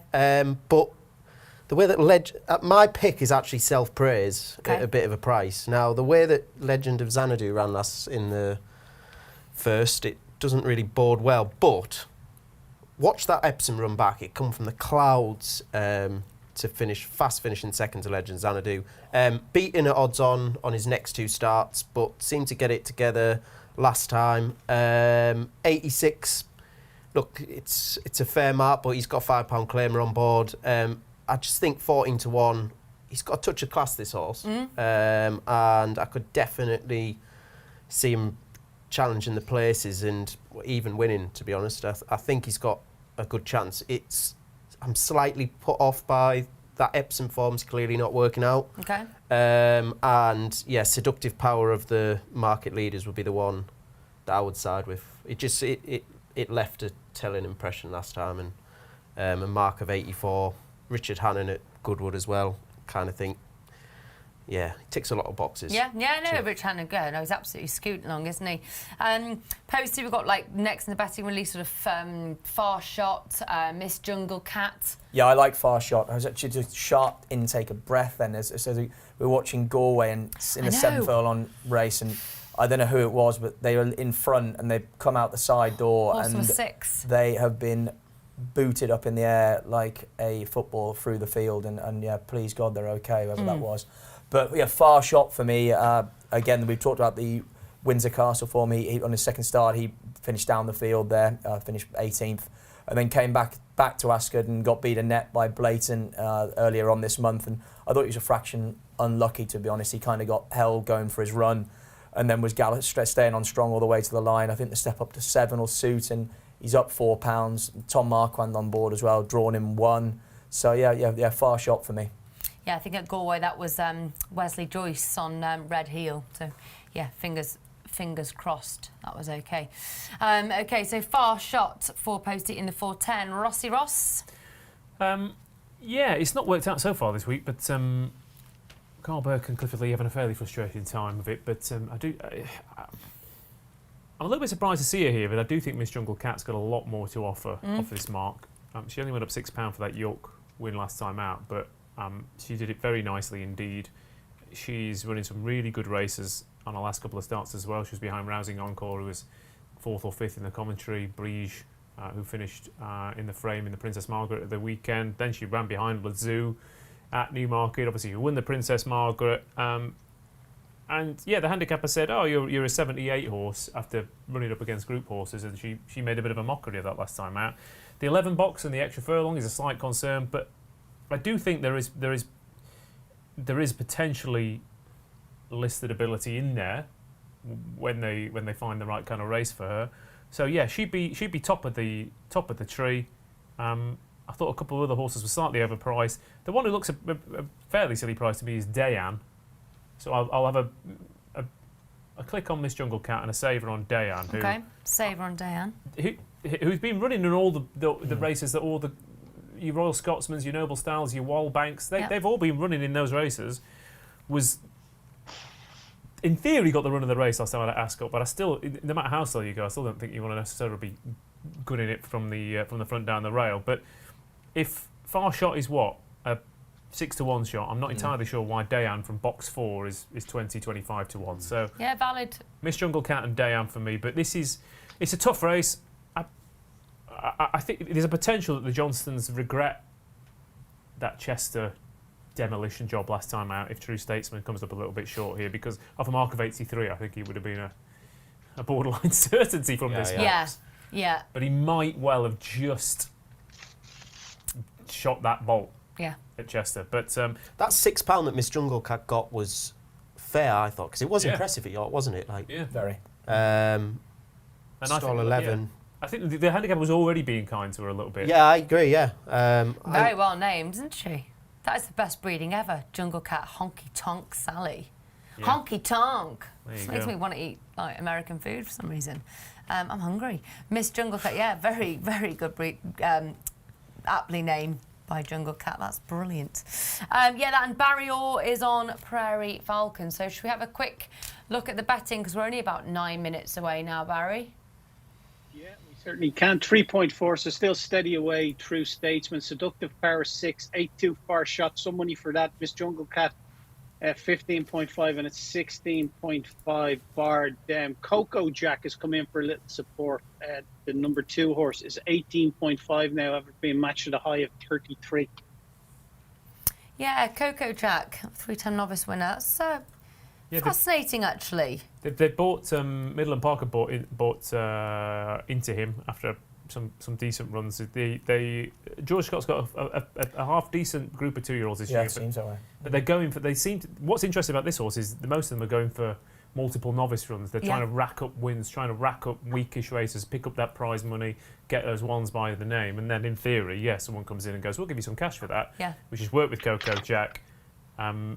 Didn't work out last time out, but that was 3-runner race around Newmarket. This is going to be a very different proposition. Very, very different proposition. And Midland Park, I chatted to them early in the season. I know obviously they're owners, there's no sort of connection to how the horses are running, but they're having such a good time with things. And their prize money was up by a huge amount, and their passion, and that, I think that's when we all start to get excited about some of these big sort of syndicates, don't we? When we see them all in the flesh and they talking about each of their runners, and it is really, really special to see them and their passion for the game. Luke Rawson in our social corner. I'm on Far Shot, but worried Tom isn't having the greatest week. I thought it was a dig at me at first there. I saw your face. I went like this. I went, oh no, don't mean, no. I think that's a fair point, but Tom probably a bit frustrated, isn't he? But he's kind of not that. Yeah, you want to dig as well? No, but he's one of those guys, isn't he? He's very level. Form is temporary, isn't it? Form is temporary. I think I don't see any reason why that isn't going to roll around. He just hasn't had hasn't been on the best horses, Yeah. And this is a good ride for him to pick up as well. I mean, it's got a live chance, definitely. I mean, to be fair, there's only so many races to go around, and when William Boots absolutely, Yeah. I mean, all the group ones have gone to the feature races have all gone to the favourites this week. Charlie Appley's won every handicap round the bend. Yeah. The sprints have been an absolute nightmare so far. Even the maiden that closes this cup, there's 18 runners for God's sake. Yeah, but with Tom, honestly, okay, he might be having a great week at Goodwood, but there's barely been a Saturday that I have worked the last few months where I haven't been welcoming in Tom Marquand on a William Haggis horse. So he has been having a wonderful time of things. But yeah, sometimes it just goes that way with festivals at certain tracks. Like you said, Buick's winning most of them. So He's only ridden 3 horses at single figures this week. yeah, I mean, that's not a lot, is it? So it's more likely that he's. The quality just hasn't been there, has it? You know. No. Yeah, they're running to form probably. Yeah. Apart from Sacred, Sacred was the only one I think he'll look back and think that was a good opportunity to. Yeah, but I'm get a sure good he'll be they'll be very happy Marquand's household tonight, and he'll be delighted for his wife Hollie winning on Nashwa. MI and back in the social corner. Great to hear from you. Really fancy Seductive Power. His first 2 runs, especially the first, has some strong form. Yeah, let's have a look then at Seductive Power. Richard Hannon, I think, Parker, you've already made a bit of a case for this colt by Cody Bear. Sean Levy, Sean, who gave a good ride in the last race on Aristia. So Sean, has ridden the track and he's riding it well. Seductive Power, yeah? Yeah, I mean, it's interesting. That debut run, I mean, you've got Marban, that was impressive the other day in the Vintage Stakes, was it? Mysterious Night, another one of the Appleby Brigade was second, Dart 31st. I mean, that is it's very, very strong form. But look, I think he's off a very favourable mark here. 84 is on form lines could be. Yeah, exactly. Very Well, and Isaac Shelby won the July Stakes. Yeah, didn't it? exactly. So basically, he's running to 2 group horses, hasn't he? Yeah. And stable do well, and a bit unlucky in 2 maidens, but it's if you're running in a nursery handicap at Glorious Goodwood, that's the kind of form figures that you'd want really to kind of sneak you in. I can see. The Yard have had 6 2-year-old winners, I think, in the past week and a half as well. Yeah. Trillium, obviously. They had a Trillium winner was at Leicester excellent. last night. They have so many good 2-year-olds as well. You would think that these big nursery handicaps, they're going to be targeting them they're with brilliant good at 2-year-olds. I personally couldn't split between True Statesman and Seductive Power. Honestly, I've been racking my head between the two. I can't split them for me. I really, really can't. I know the market is still, Barry, really sticking with True Statesman there, but we don't know. More money might come for Seductive Power. Hopefully they'll be not, making their way down to post, not too far off, and about 4 minutes off from post time. Well, they spent 5 minutes messing around in the Nassau, didn't they? So Yeah, that's probably they did. That's going to hold things up. Yeah, I know. That's what we don't want, is these delays, do we? But especially if you if you're a time. Yeah, and you want to be precise. if you don't know what day it is, or month or year, but you really like the time, yes, it's very important. It's a construct anyway. None of it's real. I know. Well, we get to talk about horses for a job. It's pretty amazing, isn't it, really? Don't you think? Oh, absolutely. Yes, we are Yeah. blessed. Oh, we're so I lucky, completely though. agree. Yeah. Could be worse. It could be a lot worse. Could be Yeah, a I lot, was a lot chambermaid when I was like 16 to try and pay for my horses at the time because Mum and Dad were like, you've got to start paying your way. Making beds for a living, let me tell you, that Could is be worse. I hard could be in work. a joint business with my dad, with him dad together. worse. Yeah. That'd be a Park and nightmare. park. Probably Park more and for him, I park. think. Yeah. Post to post. Exactly. Yeah. Yeah. That could work, really. Yeah. But no, thank you. Yeah. Oh, my dad's a joiner, so I'd just be holding things. My for him. dad, if we were joint trainers, he'd be trying to get, if I'd like misbehaved, he'd be trying to get me removed from the training licence. It would be like Chris and Tom Park one week, and then It'd be like just Chris Park the next week. you've had your chance. Yeah, you've had your chance, you blew it. Yeah. Same old Tom. And we're just to let you know, our producers, they are brilliant out there, just keeping an eye on the Wesley Joyce situation. Yeah, it didn't look a very nice fall, that. No. But that's over at Galway. We Also, are. we could be riding them. Yeah. We're sat here talking about them. We could be riding them and doing that because it's it's such 20 a day. times tougher. I agree. As Charlie will attest to, I'm sure. Yep. Yeah, 20 times tougher. No, but we are over at Goodwood, and like I say, we're not trying to see if they're getting down to start yet. I can't see anything in pictures, and if you've seen anything, but I think we need to talk about Aye, go. they're going down. the draw, I think. Let's talk about the draw. Because 7 furlongs so far this week. Sandrine had that lovely toe through of 7 furlongs in the Lennox Stakes. The Oak Tree, obviously, Oscula was perfectly positioned down that inside rail. There was a 7 furlong handicap where your eye was drawn to 3 horses going down the centre of the track and Lynn B won it, you went, oh, hello, it's Yeah. gone down the inside. So far, That cutaway made a massive difference over 7 furlongs. You're not going to have that benefit this time, so there might be a little bit more in running carnage. Carnage. We've not really had much at Goodwood this week, have we? Like, No, what do you That think, sprint, there was a Barry, sprint yesterday. in running with this? Do you think there'll be a bit more sort of in-running carnage? We spoke quite a bit about the cutaway earlier on in the week. Yeah, I think where there's a field like this, many runners, we got 12 runners. I think it's similar to yesterday, the Phillies race, where I backed the French filly Chamaran, and when they got to the cutaway, everyone kind of dived for the inside, and she got no run at all. They kind of, all gravitated towards middle to far side. So I don't know. I still think there's plenty of room for hard luck stories, even with the cutaway. Yeah, well, you were unlucky Especially with in Chamaran. a nursery. You were unlucky with Chamaran, I thought, yesterday. It was a good pick, and it just couldn't really go quite to plan. But that's what happens, and that's racing. That's what we're all trying to predict. Glorious Goodwood. It's glorious. We're not just trying to pick the winners. There's so many other factions involved that's what makes it so exciting, I suppose, isn't it? I mean, the good thing about, like I said, this is, we're talking about Betfair, aren't we? So you can play him running. And there's not been many races this week where you haven't been able to, narrow the field down to 2 or 3 after a furlong or 2. Yeah. Every race today, Yeah. apart from maybe Nashwa, where we thought that's got quite a bit to do. But even then, as he turned into But the even straight, then, yeah, they didn't waver, did they? Really, the market. I think they stuck. Yeah, no one was doubting her necessarily. There's not many who pulled it out of the fire from. I don't think there's any who've pulled it out of the fire from bad positions. Your track position has been absolutely 100% key, and you can kind of see that immediately. I mean, like I said, even that last race, the one after 2 furlongs, I said the perfect position here is Aristia. Yeah. She's run the race of her life and Yes. finished second. Sondrini the other day in the Lennox, after 2 furlongs, there was 4 horses in front of her. She was sat in behind. Frankie was trying to go down the inside. Sacred was stuck on the wide outside. Every race, you've looked at the horse. Mostly, you've looked at the horse who's won the race after a couple of furlongs and thought, that is a nice position. You've settled into a good posse there. New London, obviously, today. I mean, the biggest factor on the first day, I mean, from me watching on courses, it looked like they'd overwatered. I don't know what the review was out from. It was still pretty quick. Was it? At the time, yeah. Because it just looked like there was a few horses not really finishing off on the Tuesday, like Day one, that. Yeah. Well, we did, Yeah. Barry. We did touch upon that, didn't we, with the watering? Because basically, what we then said is, if it really rains down, we could be in not trouble, but not ideal. But actually, the rain has stayed away. But we were talking about the watering on the opening day. Yeah, we were. Yeah, and it was. I suppose our question was, obviously he had water to ensure a true Shan ran. Yeah. That's what it They looked got like. what they wanted. Yeah. In hindsight, it was probably a almost- good decision given it's been dry for the rest of the week. But Exactly. it can Insanely massive. fast, yeah. But we were saying when on day 2, those big sort of thunderous clouds, as dark. Yeah, we were yeah, like, yeah, oh absolutely. God, this could change the whole dynamic of really and we were a bit worried, but actually the rain stayed away. But Yeah.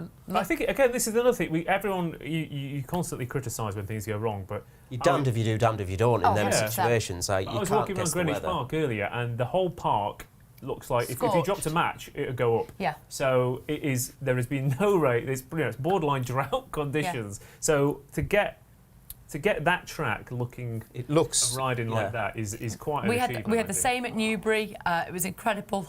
Everything was scorched except the track. Like, I did the same as you. I went for a huge walk last night all around Hyde Park and Kensington. Went for ages, and everything is just absolute crisp. So yeah, you're damned if you do, you're damned if you don't. Yeah, you need exactly. to water to make it and safe. But then, like, the weather's just shown that we've actually had plenty of sunshine and. I've been critical in the past when they kind of thrown water down and then it rains, and I'm just thinking, well, can't you? But look, credit where credit's due. They made the right call there, albeit I'm a little sceptical they were doing it just to kind of get True Shan to. Well, no, but I it think was a Barry, we blessing were in saying the same disguise, thing. I really, think you're mean. right, though. I think they probably did. I think they because should be want the watering to make clash. ground safe. I don't know if they should be watering to completely alter it, is my feeling about Yeah. it. you know. I agree. I think probably all agree with that. Well, Right. it's quickened up to past couple of today. Yeah, it would be lightning quick now probably if they didn't get that water down at the start, so it's worked Yeah, out and then well. nobody really wants jarred up horses and sore shins No. either. So, and especially with juveniles. So there's exactly what Poste said. It's watering to be safe. They are going into the stalls. It is underway now for the last race that we're taking here on Racing Post Live, the 410 over the 7 furlongs, this Class 2 for 2-year-olds. We can always spot the Mark Johnston horses. Nat, Charlie. with your feeling about Kyprios, I thought Centre Court might have been something for you, no? Yeah. Good record at Goodwood. I've got a tennis-themed. thing or two to say about... Yes. Nick Kyrgios. Kyrgios Didn't 15 swearing. Love win for doing the a Glorious Goodwood race back in the day? The Charltons used to have a lot I of would tennis like Fanny themed Norton to have a win at the Goodwood this week, Yeah. actually. I really would. I would like Fanny to have a win. And like you say, yeah, with their record in this race, it's just kind of against True Statesman. I'm finding it hard to make the case why Centre Court would come on top of True Statesman. But it's not impossible, because nothing's impossible. Yeah. Right, Barry, to a quick look. There's a few things that are impossible. True Statesman, 3... 3.25 now, bang on 9 to 4, Seductive Power 5.8, 9-4 Far Shot, Centre Court now, money for that 13.5 in the racing. Great, and they're off and racing. We're off. XJ Rascal, the slowest away. Also having to be asked a question early on is Prairie Falcon. Centre Court being asked to be prominent. We are dashing for the lead here. Dayon's up there, True Statesman's up there, Self Praiser's up there, Seductive Power's up there, Centre Court is up there, Far Shot isn't too far away. XJ Rascal suddenly has quite a good position because they're duelling for the lead here. Seductive Power, though, has gone on for the Hannon team. Behind those is Centre Court. Dayan trapped 3 wide. True Statesman, the favourite, is having a horrible time. He's keen, he's sweaty, he's 3 wide. Good luck with that one. Far Shot down the inside. Faisal Road is in there as well. But suddenly, Seductive Power, Barry, Sean Levy's got them stacked up. Yeah, looks like it. Seductive Power currently trading at 3.9. Your favourites out to over 3 to 1 now. Yeah, plenty of it. I think Centre Court's got a nice position. Far Shot potentially. Faisal Road also. True Statesman's he's going to have to be a very good horse to win from there. XJ Rascal switched to the inside. Suddenly, is this going to happen? Come on, Posty, where are you? He's going to get a dream run down the inside here. Come on. Everything's going to get a dream ride. XJ Rascal, Coco Jack, Dayan, Miss Jungle Cat, Seductive Power still there, Far Shot, Coco Jack catching the eye as well. The Yellow Silks of SJ Rascal got a lovely split down the inside there. Go on, Hollie. Come Here on, comes Hollie Prairie Doyle. Falcon. Far Shot's in there. Coco Barry Jack still Allspick, involved. Prairie XJ Falcon, Rascal come and Prairie on. Falcon dueling it out. Miss Jungle Cat running on from the back. Also from the back, Surely Not, which I think he'd be shouting. Oh, Surely come Not, on. Miss Jungle Cat, but up front it's Prairie Falcon. Surely Not. no. Prairie Falcon, I think's just got it. I think Barry's just landed it. Finishing, surely not. Fast finishing shot. I think that's what you were screaming, wasn't it, Barry? Surely not. Surely not this one. Prairie Falcon's won. I think surely not's only third. I Yeah. think XJ Rascal was second. Yeah, you might be right. Barry Orr. Well. Well done, Barry. Wow, come on. Guys. Well Betfair done. SP at 22. Yours. Flipping hell. We backed it at 10 on the sportsbook. Betfair SP at 22. In running, XJ Rascal traded at a low of 2.58, and surely not traded at a low of 1.7. Would you believe? That's. What? I mean, that's that 1.7. Hollie Doyle. Hollie Doyle. From experience, that is a player who has backed the 2 who were probably going dueling it out, and then looked round and gone, God, I've got to have a click on this Yeah. because this is coming down the outside. But Barry, what a great pick. Yeah. I mean, you made your case and we listened, but Is that 2? That's 2 for the lucky 15 as well, isn't it, Barry? Yeah. That's 2, yeah. Warren Point. Top and tail the card with the lucky 15. Warren Point and Prairie Falcon. Yeah, they were. And see, this is right. So again, they're spread Yeah. out all over the track. right, we're but watching first the and second, replay. Let's. Yeah, I don't understand that. what was everyone doing? Fair enough. Some of them don't have a choice because Miss Jungle Cat and Surely Not are drawn wide, but. Well, Sean Levy led them in and stayed down the centre, as did Tom Marquand following, and then sort of allowed all those ones dropped in to have the lanes down the inside, which have, as you said, have been preferential all week in these sort of races. So, yeah anyway. Yeah. Interesting that Surely Not traded so low. It didn't at any point look like it was going to win until the very It's a line panic from thing, where I we're tell you. watching. Yeah, is that It's like a- oh, a panic God. thing? Yeah. Panic click. I tell you what, right, and you'll be absolutely flabbergasted to hear this. Oof. But the rider of that Tight. race, William Buick, XJ Rascal, drawn 12, finisher second, beaten a neck all the way down the inside. Yeah. Yeah, on the inside, Every yeah. other jockey Yeah. is caught napping, and Buick's gone, all right, I'll have it. I'll have that. Yeah, yeah, exactly. I'll have what it. are doing? Yeah. That So, yeah. was absolutely class, actually, wasn't it? Fair play to him. It's almost as if he's An incredible jockey. He's some jockey, isn't he? He's really is. Look at that. God, when we just saw the photo, the finish there to the line, it was so close. But yeah, Billy Buick for George Bro getting XJ Rascal so close was absolutely fantastic. But Prairie Falcon, a massive one for Barry Orr, who started the day brilliantly and ended the day brilliantly. So Barry, well done to you, but thank you for everything over the last 3 days. It's been awesome. I know you're back tomorrow. I'm off tomorrow, Barry. But I'm back, I know that, yeah. I'm back on Saturday, so I will be seeing you then. Can I just say? Good, look forward to that. Well done, Nat. You did a great job in the hot seat. You too. See you very soon. Thanks, Barry. Sorry, I didn't mean to. I was just going to clear up the lesson here for Barry is ignore the exchange and stick to the sportsbook, because his sportsbook bets, he's had the lucky 15, which he staked 30 quid and returned 81. His other sportsbook bet, we're back in Warren Point each way, Nashwa to win by a length or more, and Prairie Falcon each way. So I think the lesson there is take advantage. Well done, Barry. That's incredible work. Stuff. Well done, Barry. I think this is yours. Yeah. But thank you. Blind squirrel and all that, lads. We know this punting game. Blind squirrels. I love that, blind squirrels. Good day, though. Yeah, good day. Yeah. Got your ledger winner. Got the ledger winner. Yeah. Yeah, that's a good bet we've got now. So, yeah, no, it was a good day. That double was nice, and yeah, still not over. Galway hurdle tonight. I know. Yeah. The fun doesn't stop here in the studio. Posty, good day here. Nice Yeah, of you. New London, the high point, but yeah, good day all around, yeah. Yeah, that's your best performance. Yeah, I think so. Yeah. But Nashwa was pretty special, but I'm not sure the depth of the race. But I think moving forward, New London looks a big contender for the ledger. Yeah. Absolutely, Ross.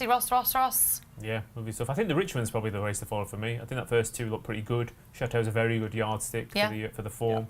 Yeah. But performance of the week, I think, has been you, Nat. Honestly, yeah. I mean, Dave Orton's, big shoes to fill.